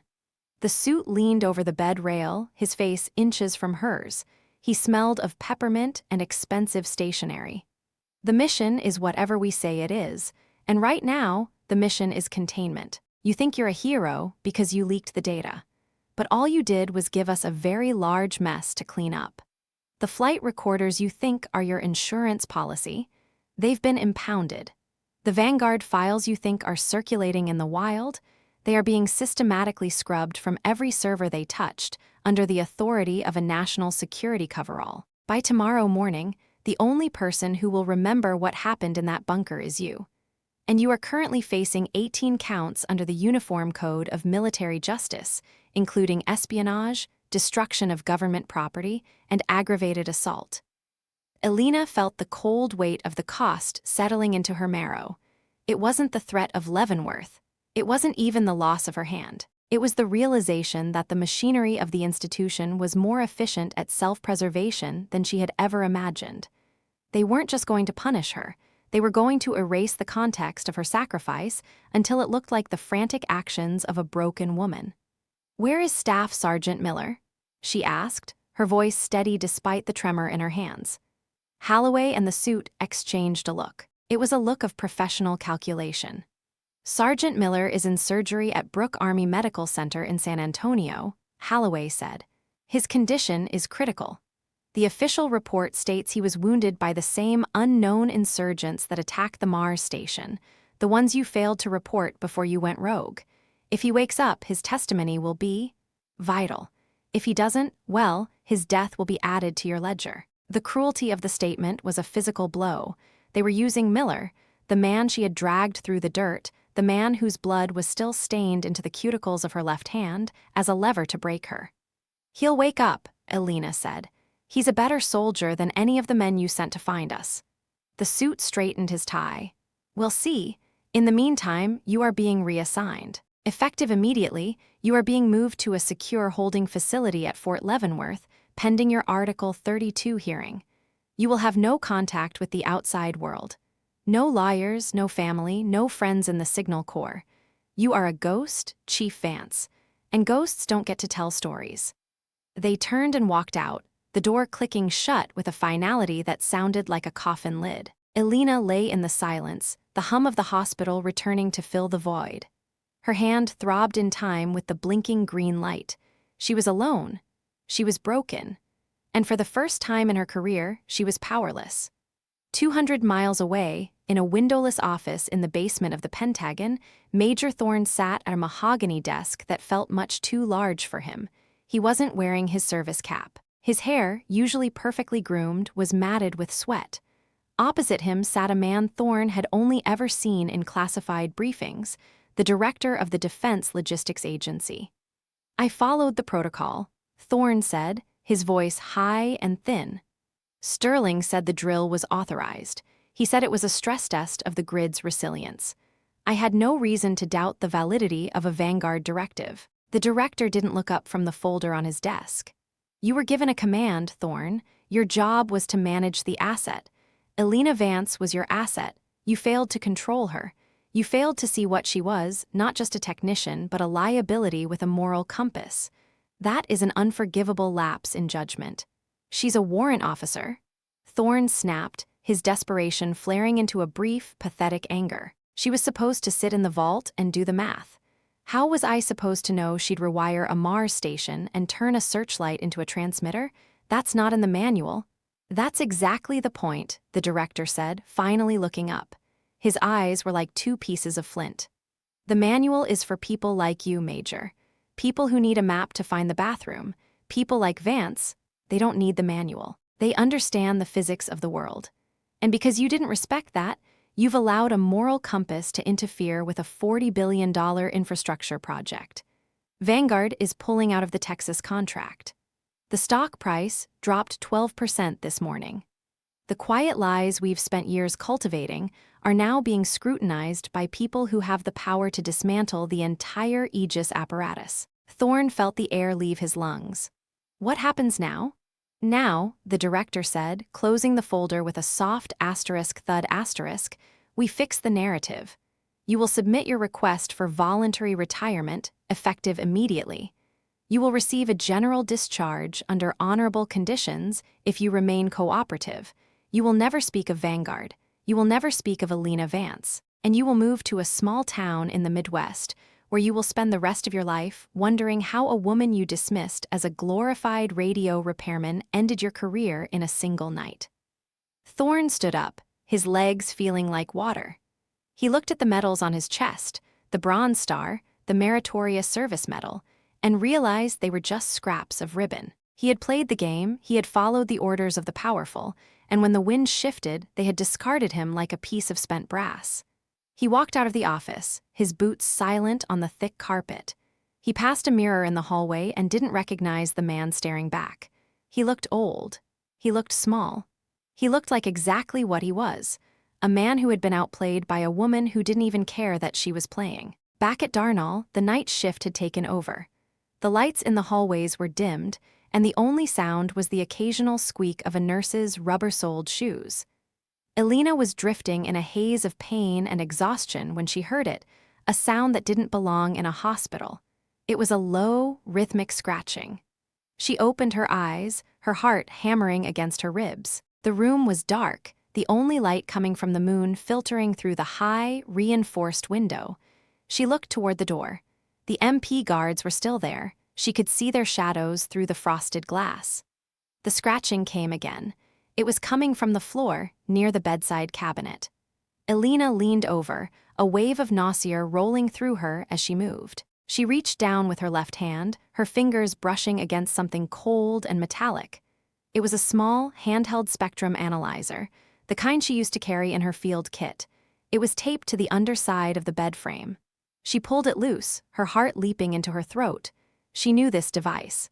She had modified the firmware herself 3 years ago at Fort Gordon. She turned it on, the screen glowing with a faint, amber light. A single message was scrolling across the display, a series of pulses that bypassed the standard cellular networks. It was a peer-to-peer burst, a signal that lived in the white space between television frequencies. Asterisk, the fire is spreading. They can't stop the wave. Stand fast, architect.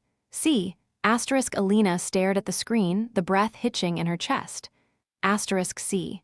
Asterisk, Corporal Dana Reeves, the girl she had trained in the vault, the one she had taught to see the hidden architecture of the air.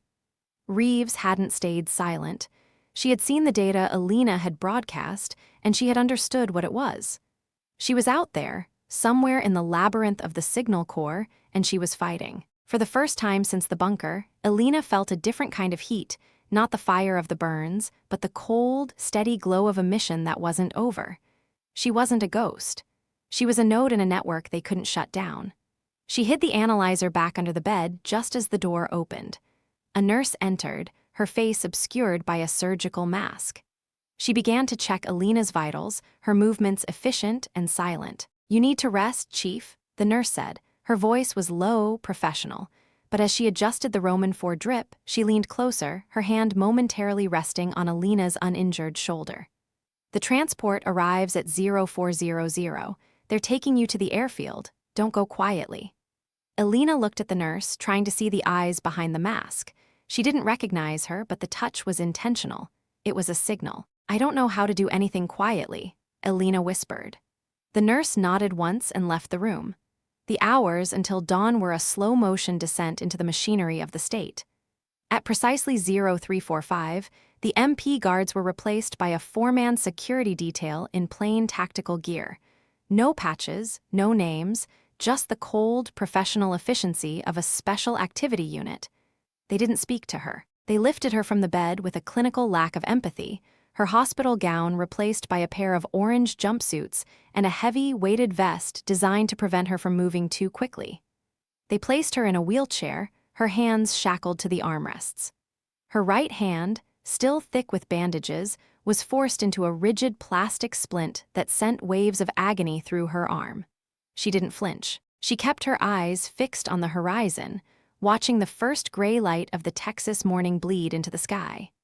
They rolled her through the service corridors of the hospital, bypassing the main lobby and the waiting rooms where the families of soldiers sat with their cold coffee and their quiet prayers. They moved through the loading docks, the air smelling of diesel exhaust and damp concrete. A blacked-out transport van was waiting, its engine idling with a low, predatory rumble. "Get her in," a voice commanded. Elena was hoisted into the back of the van, her chair bolted to the floor. She was surrounded by the 4 men, their faces hidden behind dark visors. They were the quiet professionals, the men who lived in the spaces between the laws, the men who served the aegis of the world. As the van pulled away from the hospital, Elena felt the vibration of the road beneath her. She was leaving the only life she had known. She was leaving Miller, leaving her rank, leaving her name. She was being moved to a place where the sun didn't shine, and the truth was a commodity to be traded. But as the van turned onto the main highway, she felt a small, hard object pressed against her thigh, hidden in the seam of the orange jumpsuit. She shifted her weight, her fingers, her left fingers, the ones that still worked, fumbling with the fabric. She felt the shape of it. It was a small, high-density micro SD card. The nurse, or maybe someone else. Someone had planted it on her during the transition. She closed her eyes, her mind already working, already building the architecture of the next move. They thought they were taking her to a cage. They thought they had stripped her of her tools. But they didn't understand that for a woman like Elena Vance, the world was the tool. Every wire, every signal, every shadow was a part of the network. The van sped through the Texas dawn, a lone black shape moving against the vast, empty landscape. Elena sat in the dark, the pain in her hand a steady, rhythmic pulse, her mind a cold, calculating machine. She would find a way. She would reach Miller, she would find Reeves, and she would tear down the shield they had built to hide the truth. The institution was grinding its gears, the lawyers were writing their briefs, and the generals were closing their ranks. But in the back of a windowless van, a warrant officer with a burnt hand and a stolen data card was already calculating the frequency of their collapse. The cost was absolute, but Elena Vance had always been good at the math. The van reached the airfield, a private strip on the edge of the base, far from the eyes of the public. A small, unmarked Gulfstream sat on the tarmac, its engines whining as it prepared for takeoff. They rolled her out of the van and toward the stairs. The air was cold now, a sharp, biting wind that tasted of jet fuel and sagebrush. Elena looked up at the plane. It was a sleek, white Ghost, a vehicle designed to move people who didn't exist to places that didn't appear on maps. "Move," one of the guards said, shoving her chair forward. As they reached the base of the stairs, a figure stepped out from the shadow of the wing. It was a woman, older, her hair pulled back in a severe bun, her eyes sharp and intelligent behind a pair of wire-rimmed glasses. She was wearing a uniform, the Class A's of a colonel in the JAG Corps. "Hold on," the colonel said. Her voice was like a whip crack. The guard stopped. The one in charge stepped forward, his hand resting on the grip of his sidearm. "We have orders, ma'am. This is a secure transport under the authority of the Department of the Army." "I don't care if you have orders from the Pope," the colonel said, stepping into the light. She held up a folder, the red seal of a federal court visible on the front. "I have a writ of *habeas corpus*, issued by the United States District Court for the Western District of Texas. This prisoner is not being moved anywhere until she has been seen by her legal counsel." The guard narrowed his eyes.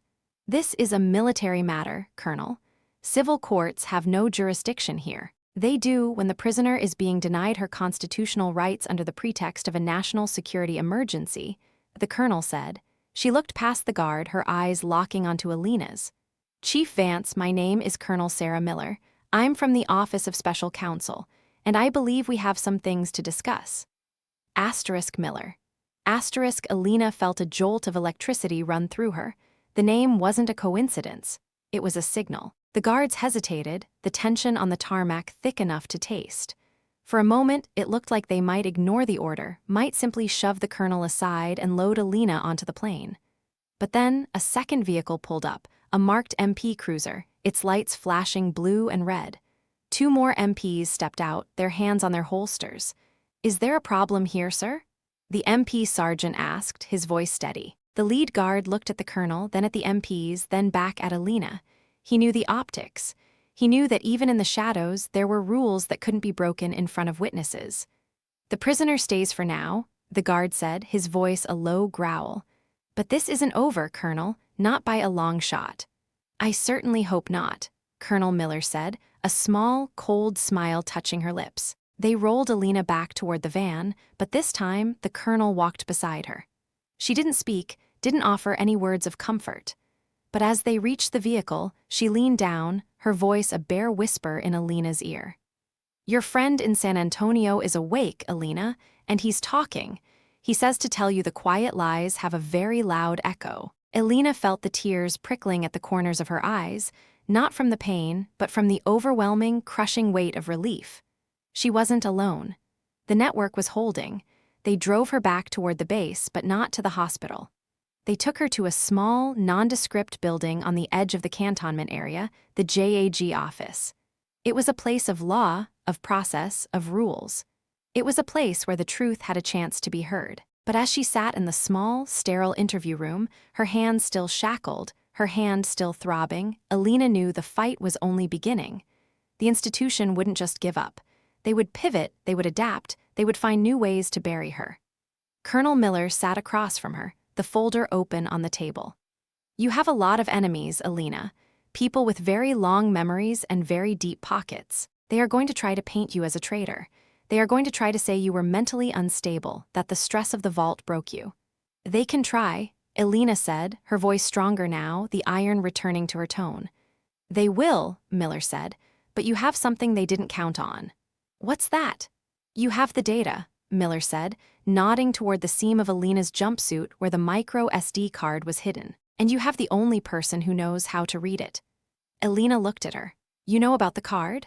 "I'm a Miller, Elena," the colonel said, her eyes twinkling for a brief second. We're a very thorough family. Now, tell me everything. From the moment the first light went out in Dallas. Don't leave out a single detail, because the only way we win this is if we know the architecture of the lie better than they do. Elena Vance took a breath, a deep, cleansing breath that filled her lungs and cleared the fog from her mind. She looked at the woman across the table, she looked at the scars on her hand, and she began to speak. She told the story of the vault, the story of the quiet lies, the story of the bunker and the searchlight, and the man who thought he could own the wind. She spoke for hours, her voice a steady, rhythmic cadence that filled the room and pushed back the shadows. She was the architect, and she was finally building the one thing she had always wanted: the truth. Outside, the sun was high in the sky, the Texas heat shimmering over the runways and the barracks. The base was humming with activity, the machinery of the army moving forward as it always did. But in the small, quiet room in the JAG office, the world was changing. The quiet lies were being unraveled, one word at a time. But as Elena finished her story, she saw the expression on Colonel Miller's face, a look of grim, focused determination. "What is it?" Elena asked. "The data you sent," Miller said, tapping a finger on the table. "The Vanguard files, they're more than just a record of market manipulation. There's a second layer of encryption we haven't been able to crack, a set of coordinates and a protocol called CODA." Elena felt a cold chill run down her spine. Asterisk CODA, asterisk the end of a musical piece, the final movement. "Where are the coordinates?" she asked. Miller slid a piece of paper across the table. Elena looked at the numbers. They were familiar, too familiar. They weren't in Dallas. They weren't even in Texas. They were in Washington, D.C.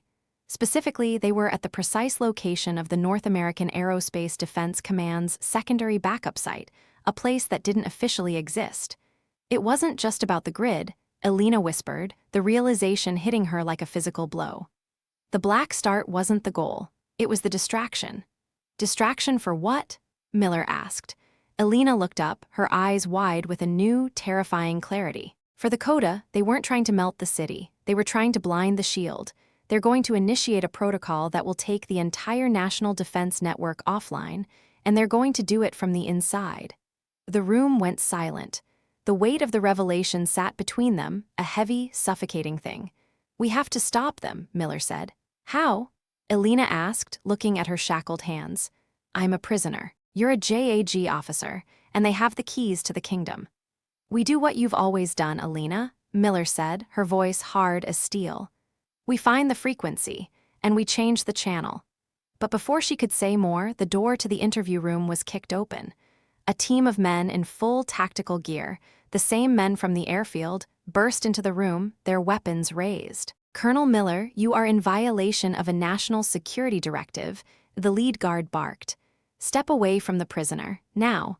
Miller stood up, her hand reaching for the folder. "I have a court order." The guard didn't let her finish. He shoved her back against the wall, his rifle barrel inches from her face. "The court order has been vacated by the Department of Justice. The prisoner is being moved. Now." They grabbed Elena, hauling her out of the chair with a violence that made her head swim. They didn't use the wheelchair this time. They dragged her toward the door, her feet skimming the floor. "Elena!" Miller screamed, struggling against the guard holding her. Elena looked back, her eyes locking onto the colonel's. "Find Reeves. Tell her the frequency is 2 gigahertz. Tell her to look for the CODA." A hand slammed over her mouth, muffling her words. They dragged her out of the building and into a waiting black SUV, the tires screeching as they pulled away. Elena was shoved into the back seat, a hood pulled over her head, plunging her into darkness. She felt the cold metal of the shackles, the sharp pain in her hand, the sudden, terrifying acceleration of the vehicle. She was back in the shadows. She was back in the machine. But as the SUV sped away from the JAG office, Elena Vance felt the micro SD card pressed against her skin. They hadn't found it. They hadn't taken the one thing that could stop them. She lay in the dark, her heart a steady, defiant drum. She was the architect, and the final movement was about to begin. The story was moving toward its end, toward the final confrontation between the truth and the quiet lies. The cost would be high. The outcome was uncertain. But as Elena Vance was driven into the unknown, she knew one thing for certain. She wasn't going to go quietly. She was going to find the frequency. And she was going to burn the shield to the ground. The SUV reached the outskirts of the base, turning onto a dirt road that led toward the training ranges, the vast, empty expanse of the box. It was a place where people went to disappear, a place where the rules of the civilized world didn't apply. Elena felt the vehicle slow down, then stop. The door opened, and she was pulled out into the hot, dusty air. The hood was ripped from her head, and she blinked against the blinding Texas sun. She was standing on the edge of a deep, limestone quarry. Below her, a group of men were waiting, men in the same gray tactical gear as the ones who had hunted her in the bunker. In the center of the group stood the man with the silver hair, the man whose wrist she had snapped in the ravine. His arm was in a sling, his face a mask of cold, calculating fury. "Welcome back, Chief Vance," he said, his voice a low, dangerous purr. "I believe we have some unfinished business." Elena looked at him, then at the quarry, then at the vast, empty horizon. She was alone. She was broken. She was at the edge of the world. But as she looked at the man, she saw something in his eyes, a flicker of fear. He knew what she was. He knew what she was capable of. And he knew that even in shackles, even in the dirt, she was the most dangerous person in the room. "You're too late," Elena said, her voice a dry, steady rasp. "The fire is already spreading." The man smiled, a slow, predatory movement of his lips. "Maybe, but you won't be around to see it burn." He raised his hand, a silent signal to the men around him. Elena Vance stood her ground, her back to the abyss, her gray eyes fixed on the man who thought he could break her. She felt the weight of the card against her skin, the pulse of the pain in her hand, the steady, rhythmic beat of her own heart. This was the moment of maximum pressure. This was the point of no return. And as the men stepped forward, Elena Vance did the only thing she could. She waited for the light. The silence of the quarry was absolute, the only sound the wind whistling through the limestone and the distant, rhythmic thud of a helicopter on the horizon. The sun was a white-hot eye in the sky, watching as the final pieces of the game were moved into place. Elena Vance, the architect of the spectrum, the woman who had saved a city and lost her life, stood at the edge of the world and prepared for the final move. The cost was absolute, but the truth was worth every penny. She closed her eyes, her mind a cold, calculating machine, already searching for the next frequency, the next signal, the next way to fight. The game wasn't over. It was just getting started. And as the first hand reached for her, Elena Vance finally let herself smile. The frequency was 2 gigahertz, and the coda was about to begin. The man with the silver hair stepped closer, his shadow falling over her. "What are you smiling at, Vance?" Elena looked up, her eyes bright with a dark, terrifying competence. "I'm smiling because you think this is the end. Isn't it?" "No," Elena whispered. "It's just the preamble." And then the world exploded. Not with fire, not with sound, but with the sudden, overwhelming roar of a dozen sirens, the emergency override for the base's entire sensor network. The quiet lies were over.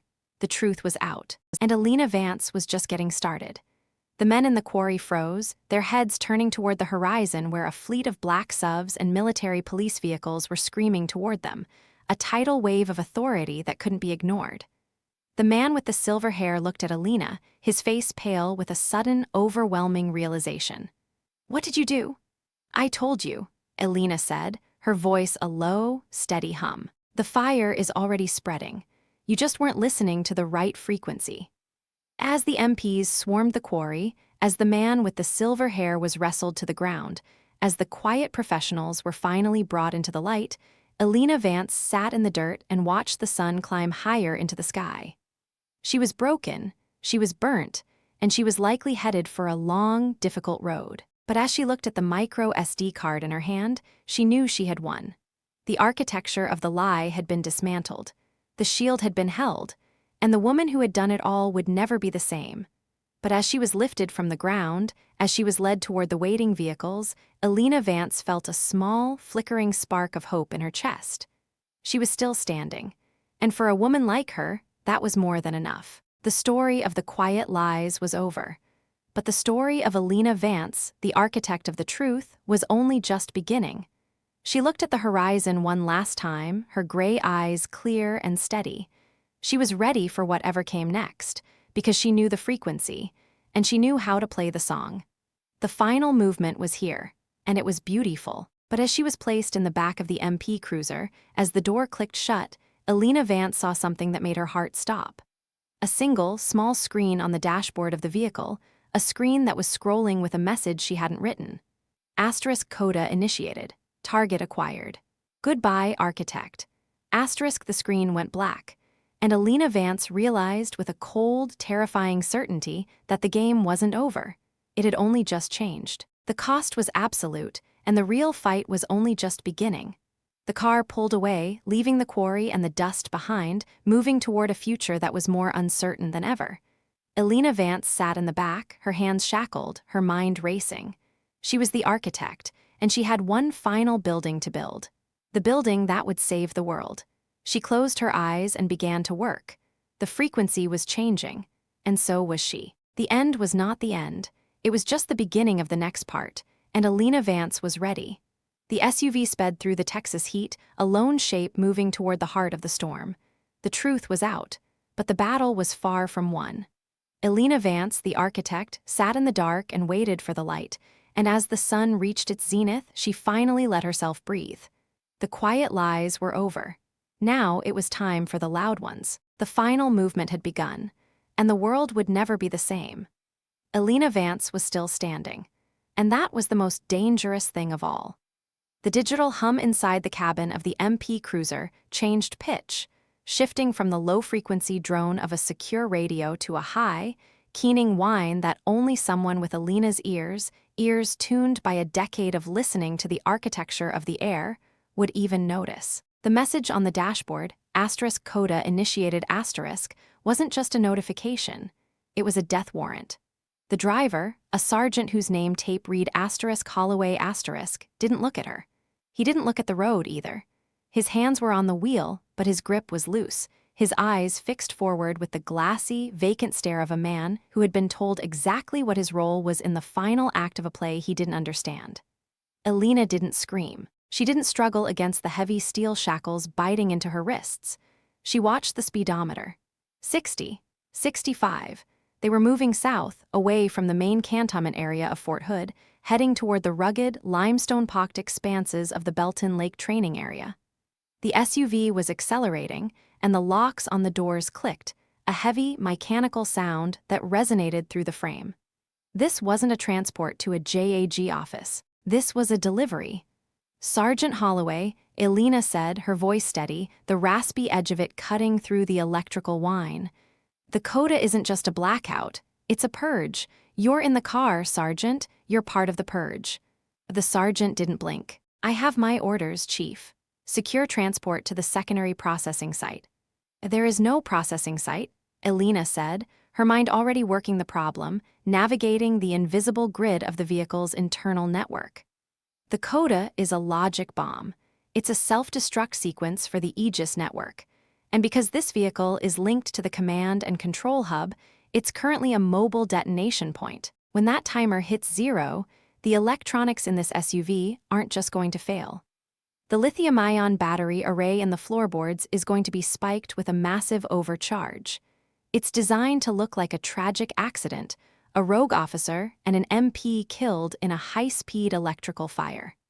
The sergeant's knuckles whitened on the steering wheel, but he remained silent. He had been trained to trust the chain of command more than he trusted his own survival instinct.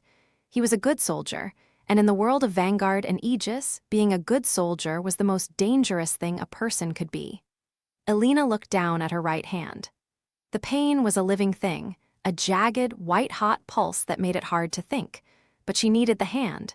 She needed the nerves to fire, just one more time. She leaned her head back against the seat, closing her eyes, and let her consciousness slip into the frequency. She didn't see the interior of the SUV, she saw the data streams. She saw the Bluetooth handshake between the sergeant's phone and the dash. She saw the GPS pings hitting the satellite. And she saw the coda, a jagged, black ribbon of code weaving through the car's CAN bus, systematically shutting down every safety override. The clock was ticking. In her mind, it wasn't a digital display, It was a rhythmic distortion in the local field. 45 seconds. She shifted her weight, feeling the micro SD card pressed against her thigh. She needed to interface. She needed a port. The cruiser was a newer model, a Chevy Tahoe outfitted with the latest military communications package. There was a ruggedized USB-C terminal between the front seats, intended for the toughbook laptops the MPs used for patrol. "Sergeant," she said, her voice dropping to a whisper. "Look at the dash." Holloway glanced down. The screen was no longer black. It was flickering with images, raw, unvetted footage from the Mars station bunker.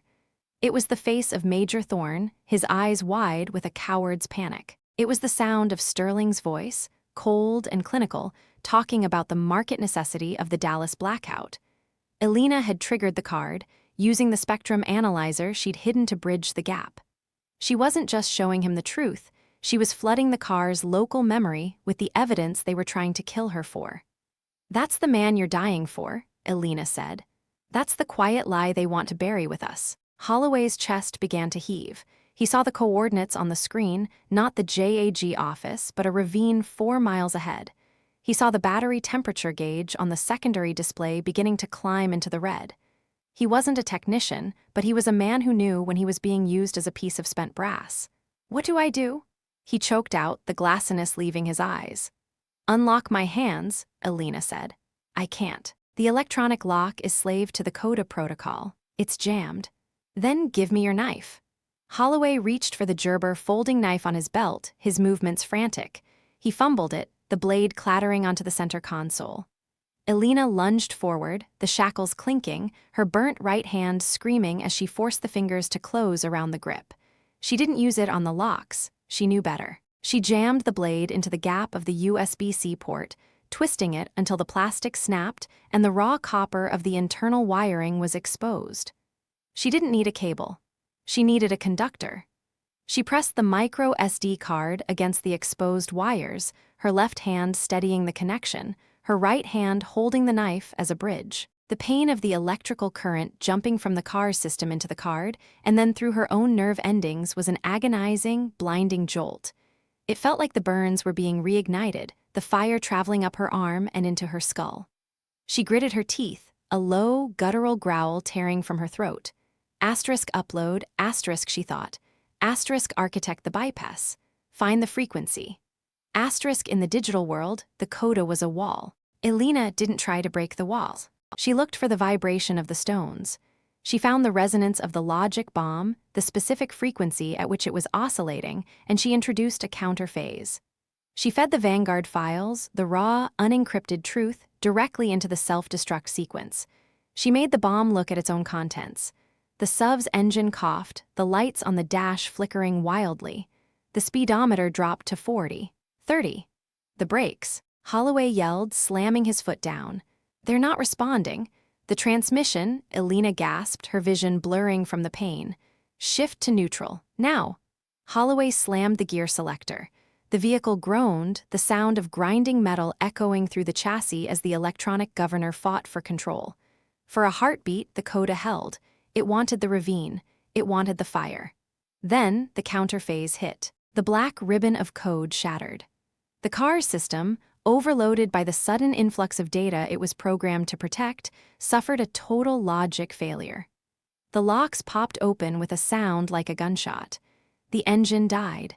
The SUV skidded, the tires screaming on the asphalt as Holloway fought to keep it on the road. They drifted onto the shoulder, a cloud of dust and gravel erupting around them, before finally coming to a halt inches from a concrete drainage culvert.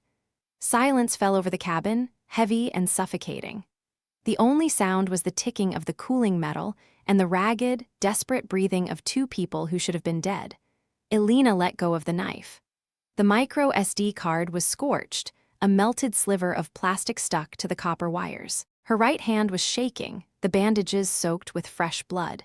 She leaned her head against the window, the cold glass a mercy against her skin. Holloway sat for a long time, his hands still gripped onto the steering wheel. He turned his head slowly, looking at Elena. There was no rank in his eyes now, no orders. Just the raw, naked terror of a man who had seen the abyss and been pulled back by the hair. "They were going to kill me," he whispered. They were going to kill everyone who knew, Elena said. She looked out the window. The Texas sun was beginning to set, casting long, bruised shadows across the scrubland. The coda failed here, but the signal I sent? It's a broadcast. Every Aegis terminal in the country just received a copy of the Vanguard files. They can't scrub it now. It's too big, it's in the architecture. Holloway reached over and took the keys from the ignition, using the manual release to unlock Elena's shackles. The steel fell away, leaving deep, red welts on her wrists. She rubbed them, the sensation of freedom feeling strange and unearned. "What now?" Holloway asked. Elena looked at her hand. The nerves were quiet now, a dull, thrumming ache replacing the fire. She knew what was coming. The institutional response wouldn't be a surrender. It would be a repositioning. They would find a way to blame the glitch on a foreign actor or a lone wolf or her.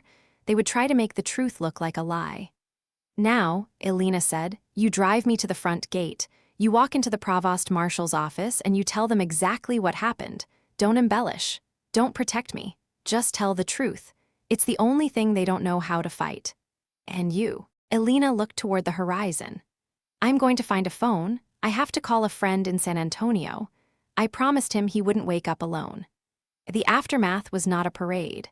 There were no cameras, no press releases, no public ceremonies where a general with too many medals shook her hand and told her she was a hero. The military doesn't like heroes who prove the system is broken.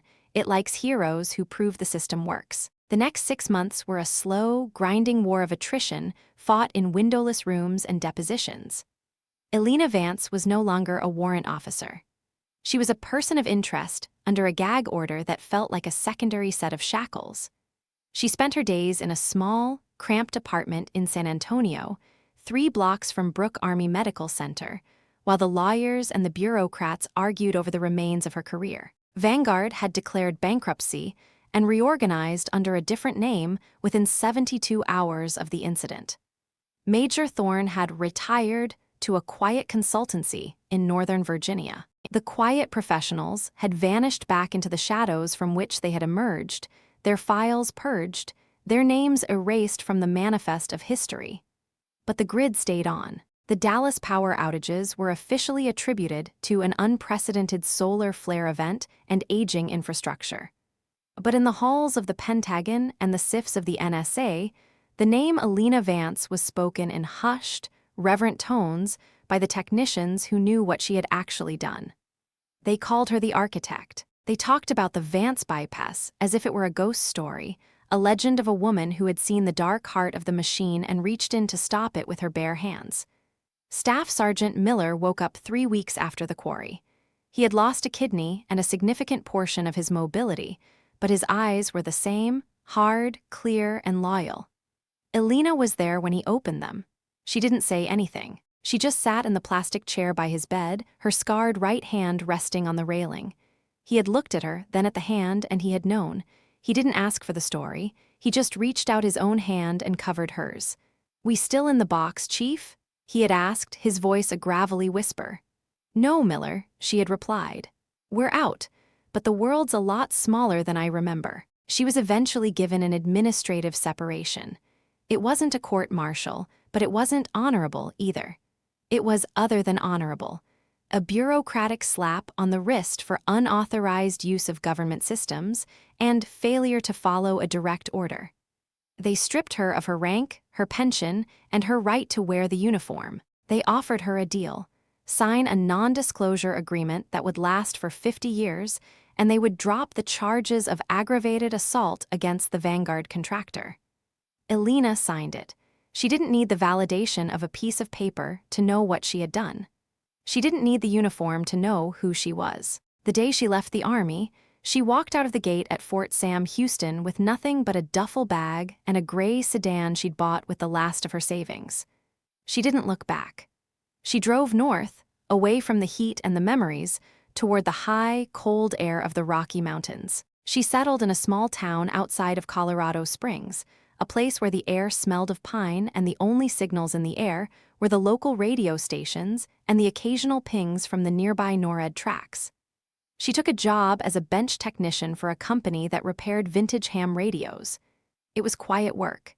It was honest work. She spent her days with a soldering iron in her left hand, her right hand serving as a steady, if stiff, anchor. The scars had faded to a pale, silvery map of the fire she had survived. She lived in a small cabin on the edge of the woods.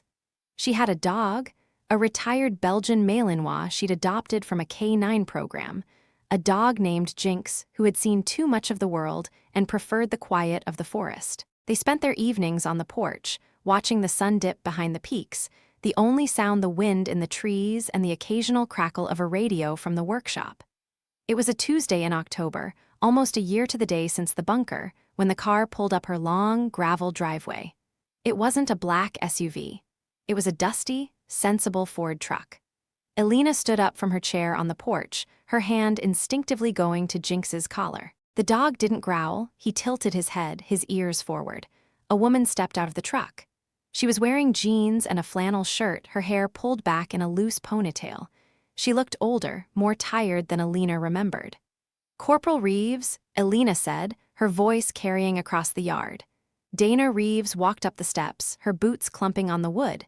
She didn't stop until she was standing right in front of Elena. She looked at the cabin, then at the scarred hand, then finally at Elena's eyes. "I'm a sergeant now, Chief," Reeves said, a small, sad smile touching her lips. "Well, I put in my papers last month." "Why?" Elena asked. Reeves looked out at the mountains.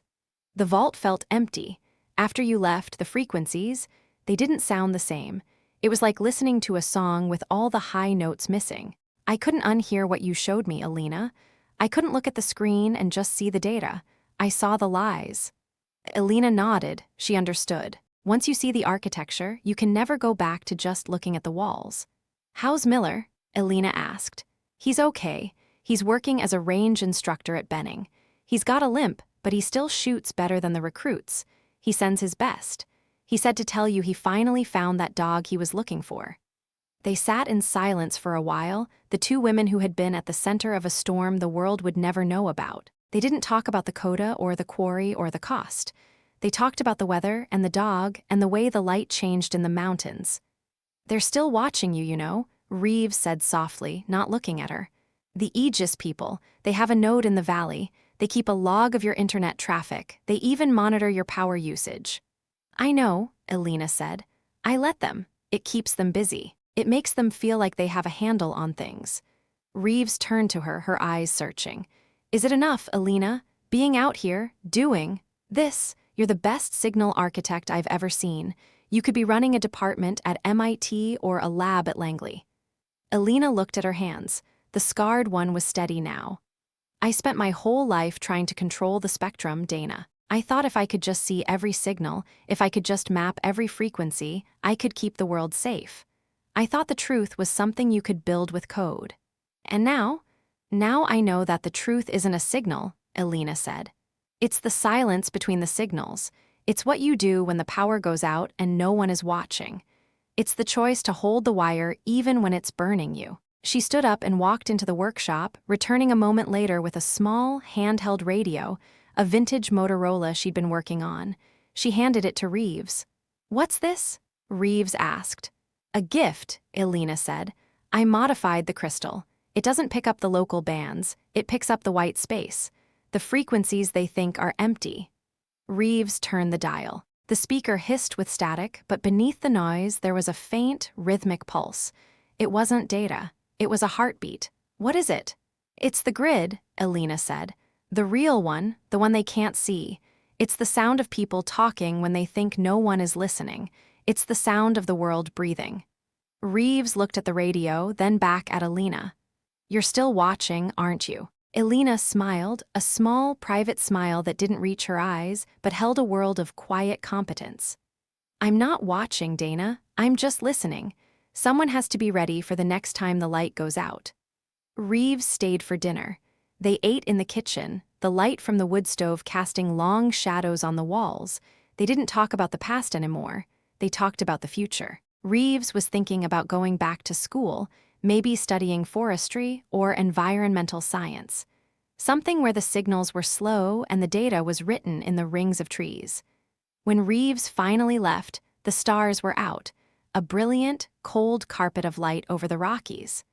Elena stood on the porch and watched the taillights of the truck disappear down the driveway. She felt a strange sense of peace, a lightness she hadn't felt since she was a girl in Montana, before the army, before the vault, before the fire. She went back inside and closed the door. Jinx followed her to the bedroom, settling onto his rug with a heavy sigh. Elena sat on the edge of the bed, her fingers tracing the scars on her hand. She thought about the quiet lies. She thought about the men who sat in windowless rooms and decided the fate of cities. She thought about the cost of the truth, the career she had lost, the body she had broken, the name she had surrendered. Was it worth it? She looked at the small radio on her nightstand. The green light of the display was a steady, rhythmic pulse in the dark. The grid was stable. The city was bright. The people were safe, even if they didn't know why. She lay back and closed her eyes. She didn't think about the frequencies anymore. She didn't think about the code. She thought about the sound of the wind in the pines, the smell of the cold mountain air, and the feel of the silence. The architect had finished her work. The building was standing. And for the first time in a long, long time, she was finally home. The next morning, the sun rose over the peaks. A sharp, golden light that burned away the frost on the grass. Elena was up early, as she always was. She made a pot of coffee, the smell of the beans filling the cabin. She fed Jinx, then walked out to the workshop to finish the repair on a 1950s Zenith transoceanic. She was halfway through a delicate solder joint when she heard a familiar sound, a low, rhythmic scratching. She stopped, the soldering iron hovering an inch above the board.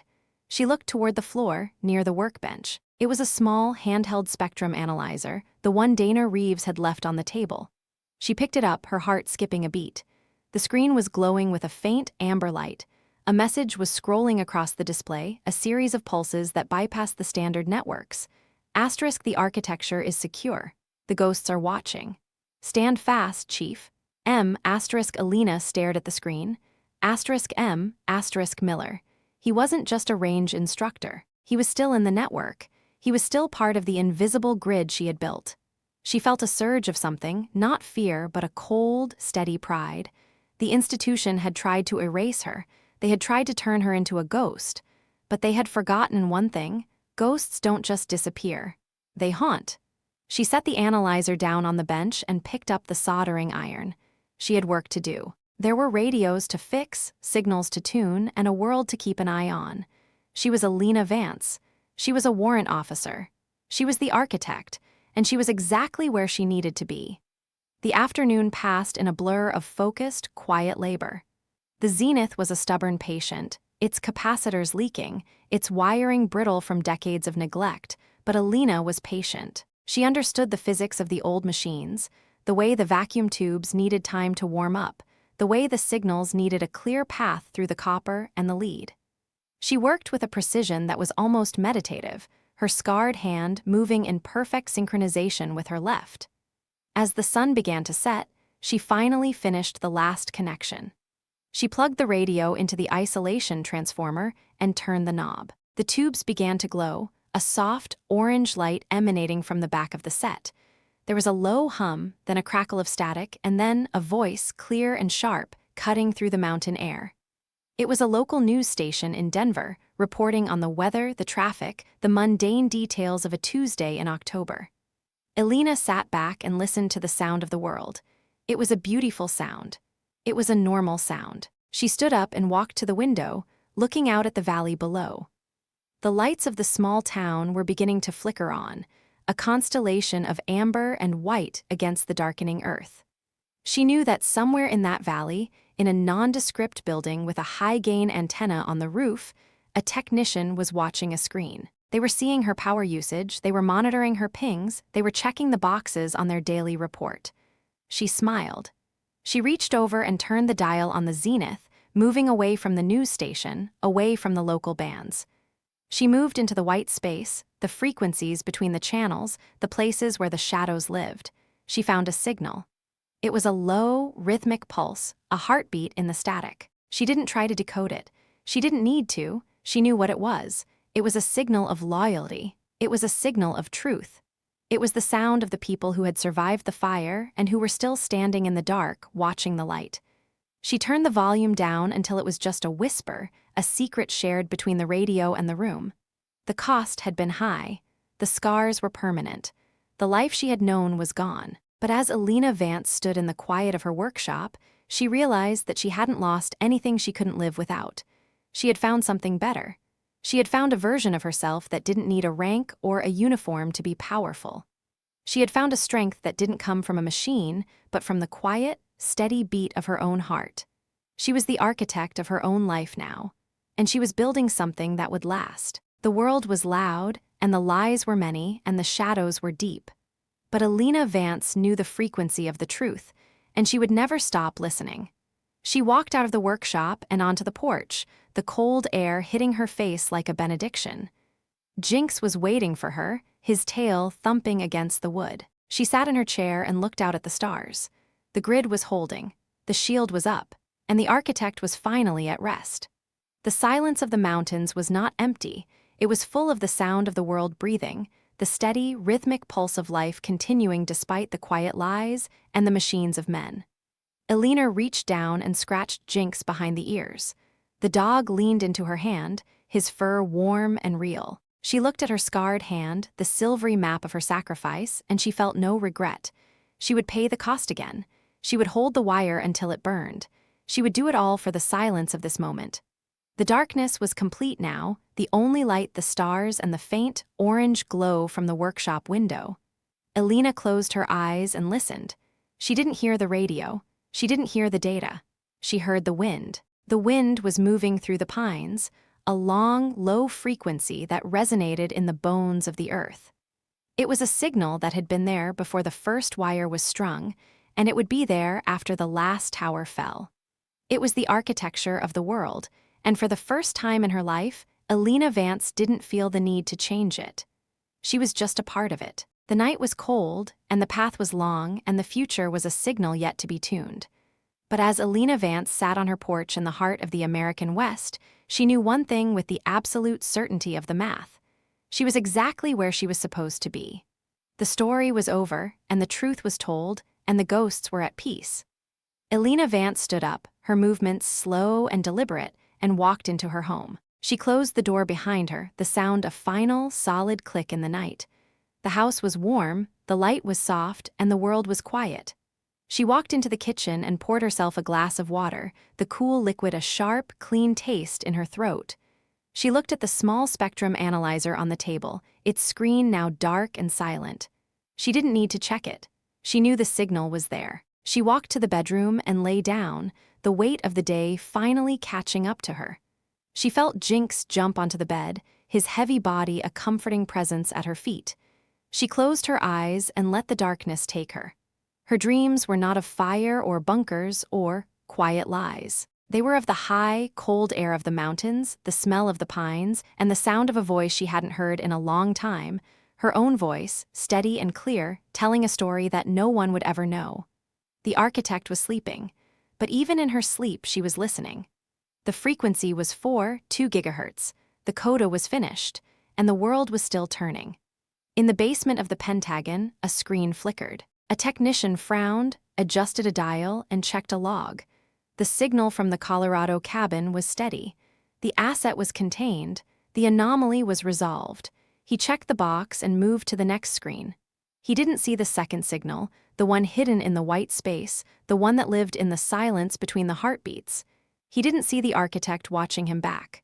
The quiet lies were over, but the truth was still there, a ghost in the machine, a whisper in the wind, a heartbeat in the dark. And it was never going to go away. Elena Vance woke with the first light of dawn, the gray-blue of the pre-dawn sky filtering through the thin curtains of her bedroom. She didn't move for a long time, just watching the way the shadows shifted across the ceiling. She felt the old, familiar ache in her hand, a reminder of the price she had paid for the silence. She welcomed it.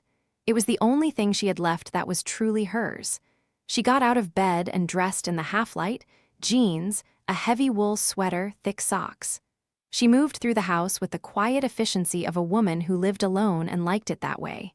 She made the bed, folded the quilt, and put the kettle on the stove. The morning routine was a ritual, a series of small, deliberate actions that anchored her to the world.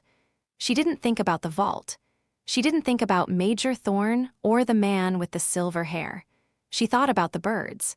There was a pair of mountain bluebirds that had built a nest in the eaves of the workshop. She watched them through the kitchen window as she drank her coffee. Their bright blue feathers a startling splash of color against the gray wood. They were busy, tireless, focused on the simple, urgent task of survival. She admired them. They didn't need a frequency. They just needed the sun. She walked out to the workshop, Jinx trailing behind her. The air was crisp, the smell of damp earth and pine needles sharp in her nostrils. She opened the door and flipped the switch, the overhead fluorescents flickering to life with a familiar hum. She sat at her bench and looked at the radio she had finished the night before. The Zenith was beautiful, its mahogany cabinet polished to a deep, rich glow, its brass dial sparkling in the light. It was a relic of a different time, a time when the world was larger and the signals were fewer. She reached out and touched the dial, her fingers grazing the smooth surface. She didn't turn it on. She didn't need to. She knew it worked. She had built it to last. She spent the morning working on a more modern piece of equipment, a digital transceiver from a local search and rescue team. It was a complex, multi-layered machine, a far cry from the vacuum tubes and copper wires of the Zenith. It was full of microprocessors and surface mount components, the kind of tech that made most people's heads spin. To Elena, it was a map. She found the fault in 20 minutes, a hairline fracture in a trace on the main board, a tiny, invisible break that was causing the signal to drift. She fixed it with a single, precise drop of solder, her hand steady, her vision clear. She tested the unit, the digital display glowing a crisp, steady blue. The signal was perfect. The frequency was locked. The rescuers would be able to hear each other now, even in the deepest canyons and the highest peaks. She felt a small, quiet surge of satisfaction. It wasn't a national security crisis. It wasn't a $40 billion infrastructure project, but it mattered. It would save a life, maybe two, and that was enough. She boxed up the unit and set it on the shelf for pickup. She looked at her watch. It was noon. She decided to take Jinx for a walk. They headed up the trail behind the cabin, climbing higher into the mountains, away from the valley and the signals. The path was steep and rocky, but Elena moved with a steady, rhythmic gait, her breath coming in slow, deep cycles. She felt the altitude in her lungs, the thin, cold air a challenge and a gift. She felt the strength in her legs, the resilience of a body that had been broken and forged again. She felt the quiet of the forest, a silence so deep it felt like a physical weight. They reached a rocky outcropping that overlooked the entire valley. Elena sat on a flat stone, her back against a gnarled pine, and watched the world. From up here, the quiet lies were invisible. The grid was just a series of thin, silver threads draped across the landscape. The cities were just clusters of gray and brown, huddled together against the vast, indifferent expanse of the earth. She looked toward the south, toward the place where the Aegis node was hidden. She couldn't see it, of course, but she knew it was there. She could feel the pulse of it, a faint, artificial vibration in the air. She didn't hate it. She didn't fear it. She just knew it was there. She reached into her pocket and pulled out a small, smooth stone she'd found on the trail. She turned it over in her hand, feeling the cool, hard surface. It was a piece of the mountain, a piece of the truth. She thought about the Vanguard files. She thought about the data she had broadcast, the truth she had unleashed upon the world. She wondered if it had made a difference. She wondered if the people who had seen it were different now, if they looked at the world with the same eyes she did. She suspected they weren't. Most people don't want the truth. They want the quiet lies to be true. They want to believe that the grid is safe, that the machine is benevolent, that the people in the windowless rooms have their best interests at heart. But it didn't matter. The truth was out there, whether they wanted it or not. It was in the architecture. It was in the white space. It was in the silence. And as long as she was alive, it would never go away. She stood up and whistled for Jinx. It was time to go back. They descended the trail as the shadows began to lengthen, the golden hour painting the mountains in shades of honey and bronze. Elena felt a sense of completion, a feeling that she had finally reached the end of a long, difficult journey. She reached the cabin just as a dark sedan pulled into the driveway. She stopped, her hand going to Jinx's collar. She felt a momentary flicker of the old tension, the old fear. But it passed quickly, replaced by a cold, steady calm. A man stepped out of the car. He was tall, thin, wearing a charcoal suit that looked out of place in the dusty Colorado yard. He didn't look like a soldier. He looked like a lawyer or a bureaucrat. "Elena Vance," he asked, his voice polite and neutral. "I don't go by that name anymore," she said. The man nodded. "I understand. I'm here on behalf of the Department of the Army, Office of the Judge Advocate General." Elena didn't move. "I signed the NDA. I haven't talked to the press." "I'm not here about the NDA," the man said. He reached into his briefcase and pulled out a small, velvet box. "I'm here to deliver this." He walked up the steps and held out the box. Elena didn't take it. "What is it?" "It's the Meritorious Service Medal," the man said. "It was awarded to you 6 months ago under a classified citation. It took some time for the paperwork to clear the appropriate channels." Elena looked at the box. She didn't see a medal. She saw the quiet lies. She saw a bribe. She saw the institution trying to buy its way back into her good graces. "I don't want it," she said. The man looked surprised. "Chief Vance, this is a significant honor. It's a recognition of your—" "I know what it's a recognition of," Elena interrupted, her voice hard as the mountain stone. "It's a recognition that you were wrong. It's a recognition that the quiet lies failed. And it's a recognition that you're still trying to own me." She looked the man in the eye, her gray gaze unflinching. "Keep the medal. Give it to Major Thorne. I'm sure he'd love another scrap of ribbon for his collection." The man hesitated, then slowly closed the box. "Is there anything you want me to tell the general?" Elena looked out at the mountains, the last of the sun hitting the peaks. "Tell him the architecture is secure," she said, "and tell him I'm not listening anymore." The man nodded, turned, and walked back to his car. He drove away, the dust from his tires settling slowly in the cooling air. Elena stood on the porch and watched him go. She felt a sense of lightness, a feeling of finality. She had turned down the medal, she had rejected the quiet lie, and she had reclaimed the only thing they had ever really taken from her, her pride. She went inside and closed the door. She didn't turn on the lights. She sat in the dark for a long time, watching the stars through the window. She thought about the coda. She thought about the heartbeat in the static. She thought about the silence. She realized then that she wasn't a ghost. She wasn't a liability. She wasn't an architect of the spectrum. She was just a woman, sitting in a room in a house on a mountain. And she was free. She stood up and walked to the kitchen, the floorboards creaking under her feet. She looked at the small spectrum analyzer on the table. She picked it up, walked to the back door, and threw it into the dark. She didn't need to listen anymore. She already knew the truth. She went to bed and slept the deep, dreamless sleep of the truly free. The next morning, she woke to the sound of the bluebirds. She made her coffee, fed Jinx, and walked out to the workshop. She didn't turn on the radios. She didn't check the frequencies. She picked up a book she'd been meaning to read, a book about the history of the Colorado trails. She sat in her chair by the window and began to read. The world was loud, and the lies were many, and the shadows were deep. But for Elena Vance, the music had finally stopped. She sat in the quiet of the mountain morning, the sun warming her hands, the only sound the turning of the pages. She looked at her scarred hand, the silvery map of her journey, and she smiled. It was a beautiful day. It was a normal day, and that was more than enough. The architect had put down her tools. The building was finished. And the truth was finally, beautifully silent. She spent the afternoon in the garden, her hands deep in the soil. She was planting bulbs for the spring, tulips, daffodils, crocuses. It was slow, dirty work, the kind of work that required patience and trust in the unseen processes of the earth. She liked it. It was the opposite of the vault. It was the opposite of the code. As she worked, she felt the sun on her back, the gentle warmth of physical comfort. She thought about the people she had known, Miller, Reeves, even Thorne. She didn't feel anger toward them anymore. She didn't feel anything but a quiet, distant curiosity.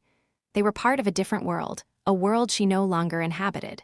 She was part of this world now, the world of the seasons, the world of the birds, the world of the silence. She finished the planting just as the sun began to dip behind the peaks. She stood up and brushed the dirt from her jeans, her body feeling a good, honest ache. She looked at the garden, the bare earth hiding the promise of the spring. She walked back to the cabin, Jinx at her side. She felt a sense of peace that was so deep, so absolute, it felt like she had finally reached the center of her own life. She went inside and made a simple dinner: bread, cheese, and apple. She ate by the light of a single candle, the flame steady and clear in the still air. She felt a sense of gratitude that was almost overwhelming, gratitude for the cabin, for the dog, for the mountain, for the silence. She realized then that she didn't need the frequencies. She didn't need the architecture. She didn't need to be the smartest person in the room. She just needed to be Elena. She went to the window and looked out at the valley. The lights were on, the grid was holding, the world was moving forward, but she was no longer a part of the machine. She was an observer, a ghost who had found a home. She looked at her scarred hand, the silvery map of her truth. She realized that the scars weren't a record of what she had lost. They were a record of what she had saved. She had saved herself. She turned away from the window and blew out the candle. The room was plunged into darkness, but she didn't mind. She knew the way. She walked to the bedroom and lay down, the silence of the mountain wrapping around her like a shroud. She felt Jinx settle at her feet, his breathing slow and steady. She closed her eyes and let the darkness take her. She didn't hear the heartbeat in the static. She didn't hear the pulse of the Aegis node. She just heard the silence, and for the first time in her life, the silence was enough. She woke up on a Sunday morning in November, the first snow of the season dusting the mountains in a fine, white powder. She stood at the window, watching the flakes drift down from the leaden sky, a soft, silent benediction on the earth. She felt a sense of wonder, a feeling she hadn't experienced since she was a child. The world was beautiful. The world was new. The world was quiet. She walked out to the porch and stood in the cold air, the snowflakes melting on her face. She looked out at the valley, the gray-white veil of the storm hiding the grid and the quiet lies. She felt a sense of profound, absolute peace.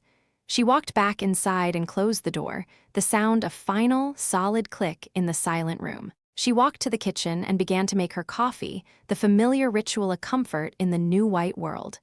She looked at her scarred hand, the silvery map of her journey, and she knew that the fire was finally out. The architect had finished her work. The frequency was 0, and the silence was perfect. She sat at her table, the steam from her coffee rising in a slow, elegant spiral. She looked out at the snow, the world turning white before her eyes. She felt the weight of the story, the cost of the truth, the memory of the fire. She let it all go. She was Elena. She was on a mountain, and she was free. She picked up her book and began to read, the words a steady, rhythmic pulse in the quiet room. She didn't look at the clock. She didn't look at the radio. She just read. The world was loud, and the lies were many, and the shadows were deep. But for Elena Vance, the final movement was over. She sat in the quiet of the mountain morning, the snow falling softly outside the window, the only sound the turning of the pages. She looked at her scarred hand, the silvery map of her journey, and she smiled. It was a beautiful day. It was a normal day, and that was more than enough. She looked toward the corner of the room where the old zenith sat on its table. The mahogany was dark, the brass was dull, the tubes were cold. She stood up, walked across the room, and placed a hand on the cabinet. It was just wood. It was just a box. It was no longer a portal to the quiet lies. It was just an object she had repaired, a piece of history she had touched. She walked back to her chair and sat down. The silence was not a void, it was a presence. It was the sound of everything that didn't need to be said. It was the sound of a life lived, a battle fought, and a truth told. She looked at Jinx, sleeping soundly by the stove. She looked at the snow, piling up against the door. She looked at the empty spectrum analyzer on the floor of the workshop, miles away in the dark. She was the architect of this moment, and it was the best thing she had ever built. She closed her book and looked out at the white world. She felt a sense of completion, a feeling of absolute, final peace. The frequency was 0. The grid was silent. The fire was out. Elena Vance leaned her head back and let the silence take her. The snowy peaks of the Rockies stood watch over the small cabin, their ancient, indifferent stone, a witness to the woman who had walked through the fire and found the cold. The wind whispered through the pines, a long, low frequency that carried the memory of the quiet lies away into the white space. The architect was home. She walked to the window one last time, her fingers tracing the frost on the glass. She looked out at the valley, the lights of the town hidden by the storm. She didn't need to see them. She knew they were there. She turned away and walked into the bedroom, the shadows of the cabin closing around her like a long-forgotten friend. She lay down and closed her eyes, the silence of the mountain her only companion. The story was over. The world was quiet, and Elena Vance was finally at rest. She stood by the stove in the center of the room, her back straight, her chin up, watching the embers of the morning fire die down into a soft, gray ash. She looked at her right hand, the one that had held the wire, the one that had broken the man, the one that had saved the grid. She slowly curled her fingers into a fist, feeling the tension in the skin, the resistance of the scar tissue. She didn't feel the pain. She felt the strength. She walked to the door and opened it, letting the cold, sharp air of the mountain fill the cabin. She looked out at the snow, at the trees, at the vast, indifferent sky. She didn't look for a signal. She didn't look for a lie. She just looked. Everything she had done, everything she had lost, and everything she had found was right here, in the quiet between the breaths. She turned back to the room, her eyes clear and steady. She was ready for the winter. The snow continued to fall, a silent, heavy blanket that covered the cabin, the workshop, and the tracks of the sedan that had come and gone. The world was a white, empty page, waiting for a new story to be written. But Elena Vance wasn't writing anymore. She was just living. She reached for her coat and her boots, the heavy leather and wool a comfort against the cold. She whistled for Jinx, the sound sharp and clear in the still air. They walked out into the snow, their footsteps the only sound in the white world. She didn't know what tomorrow would bring. She didn't know if the Aegis node would pulse again, or if Miller would send another message, or if the quiet lies would find a new frequency. But as she walked into the trees, the cold air hitting her face, she knew that she was ready. She was the architect, and she had built a life that no one could ever tear down. The mountains stood tall and silent, the snow falling softly on their peaks, a final, beautiful coda to a song that only she had ever truly heard. Elena Vance walked into the white, and the world went quiet. The smell of wood smoke and cold air hung in the room as Elena finally sat down at the small desk by the window. She took out a pen and a single sheet of paper. She didn't write a report. She didn't write a confession. She wrote a single name and a phone number, then folded the paper and put it in the drawer. It was there if she ever needed it. But as she looked out at the snow, she knew she never would. She picked up her coffee, the cup warm against her scarred palm, and watched the last light of the day fade from the sky. The architecture of her life was finally complete, and for the first time, there were no hidden frequencies and no secret rooms. There was only the quiet, the cold, and the long, slow rhythm of the mountain night. She took a sip of the coffee, the taste bitter and real. Everything she had done had led to this moment of absolute, earned silence. She looked at her hand one last time before the light failed entirely. The scar was just a line of silver in the dark.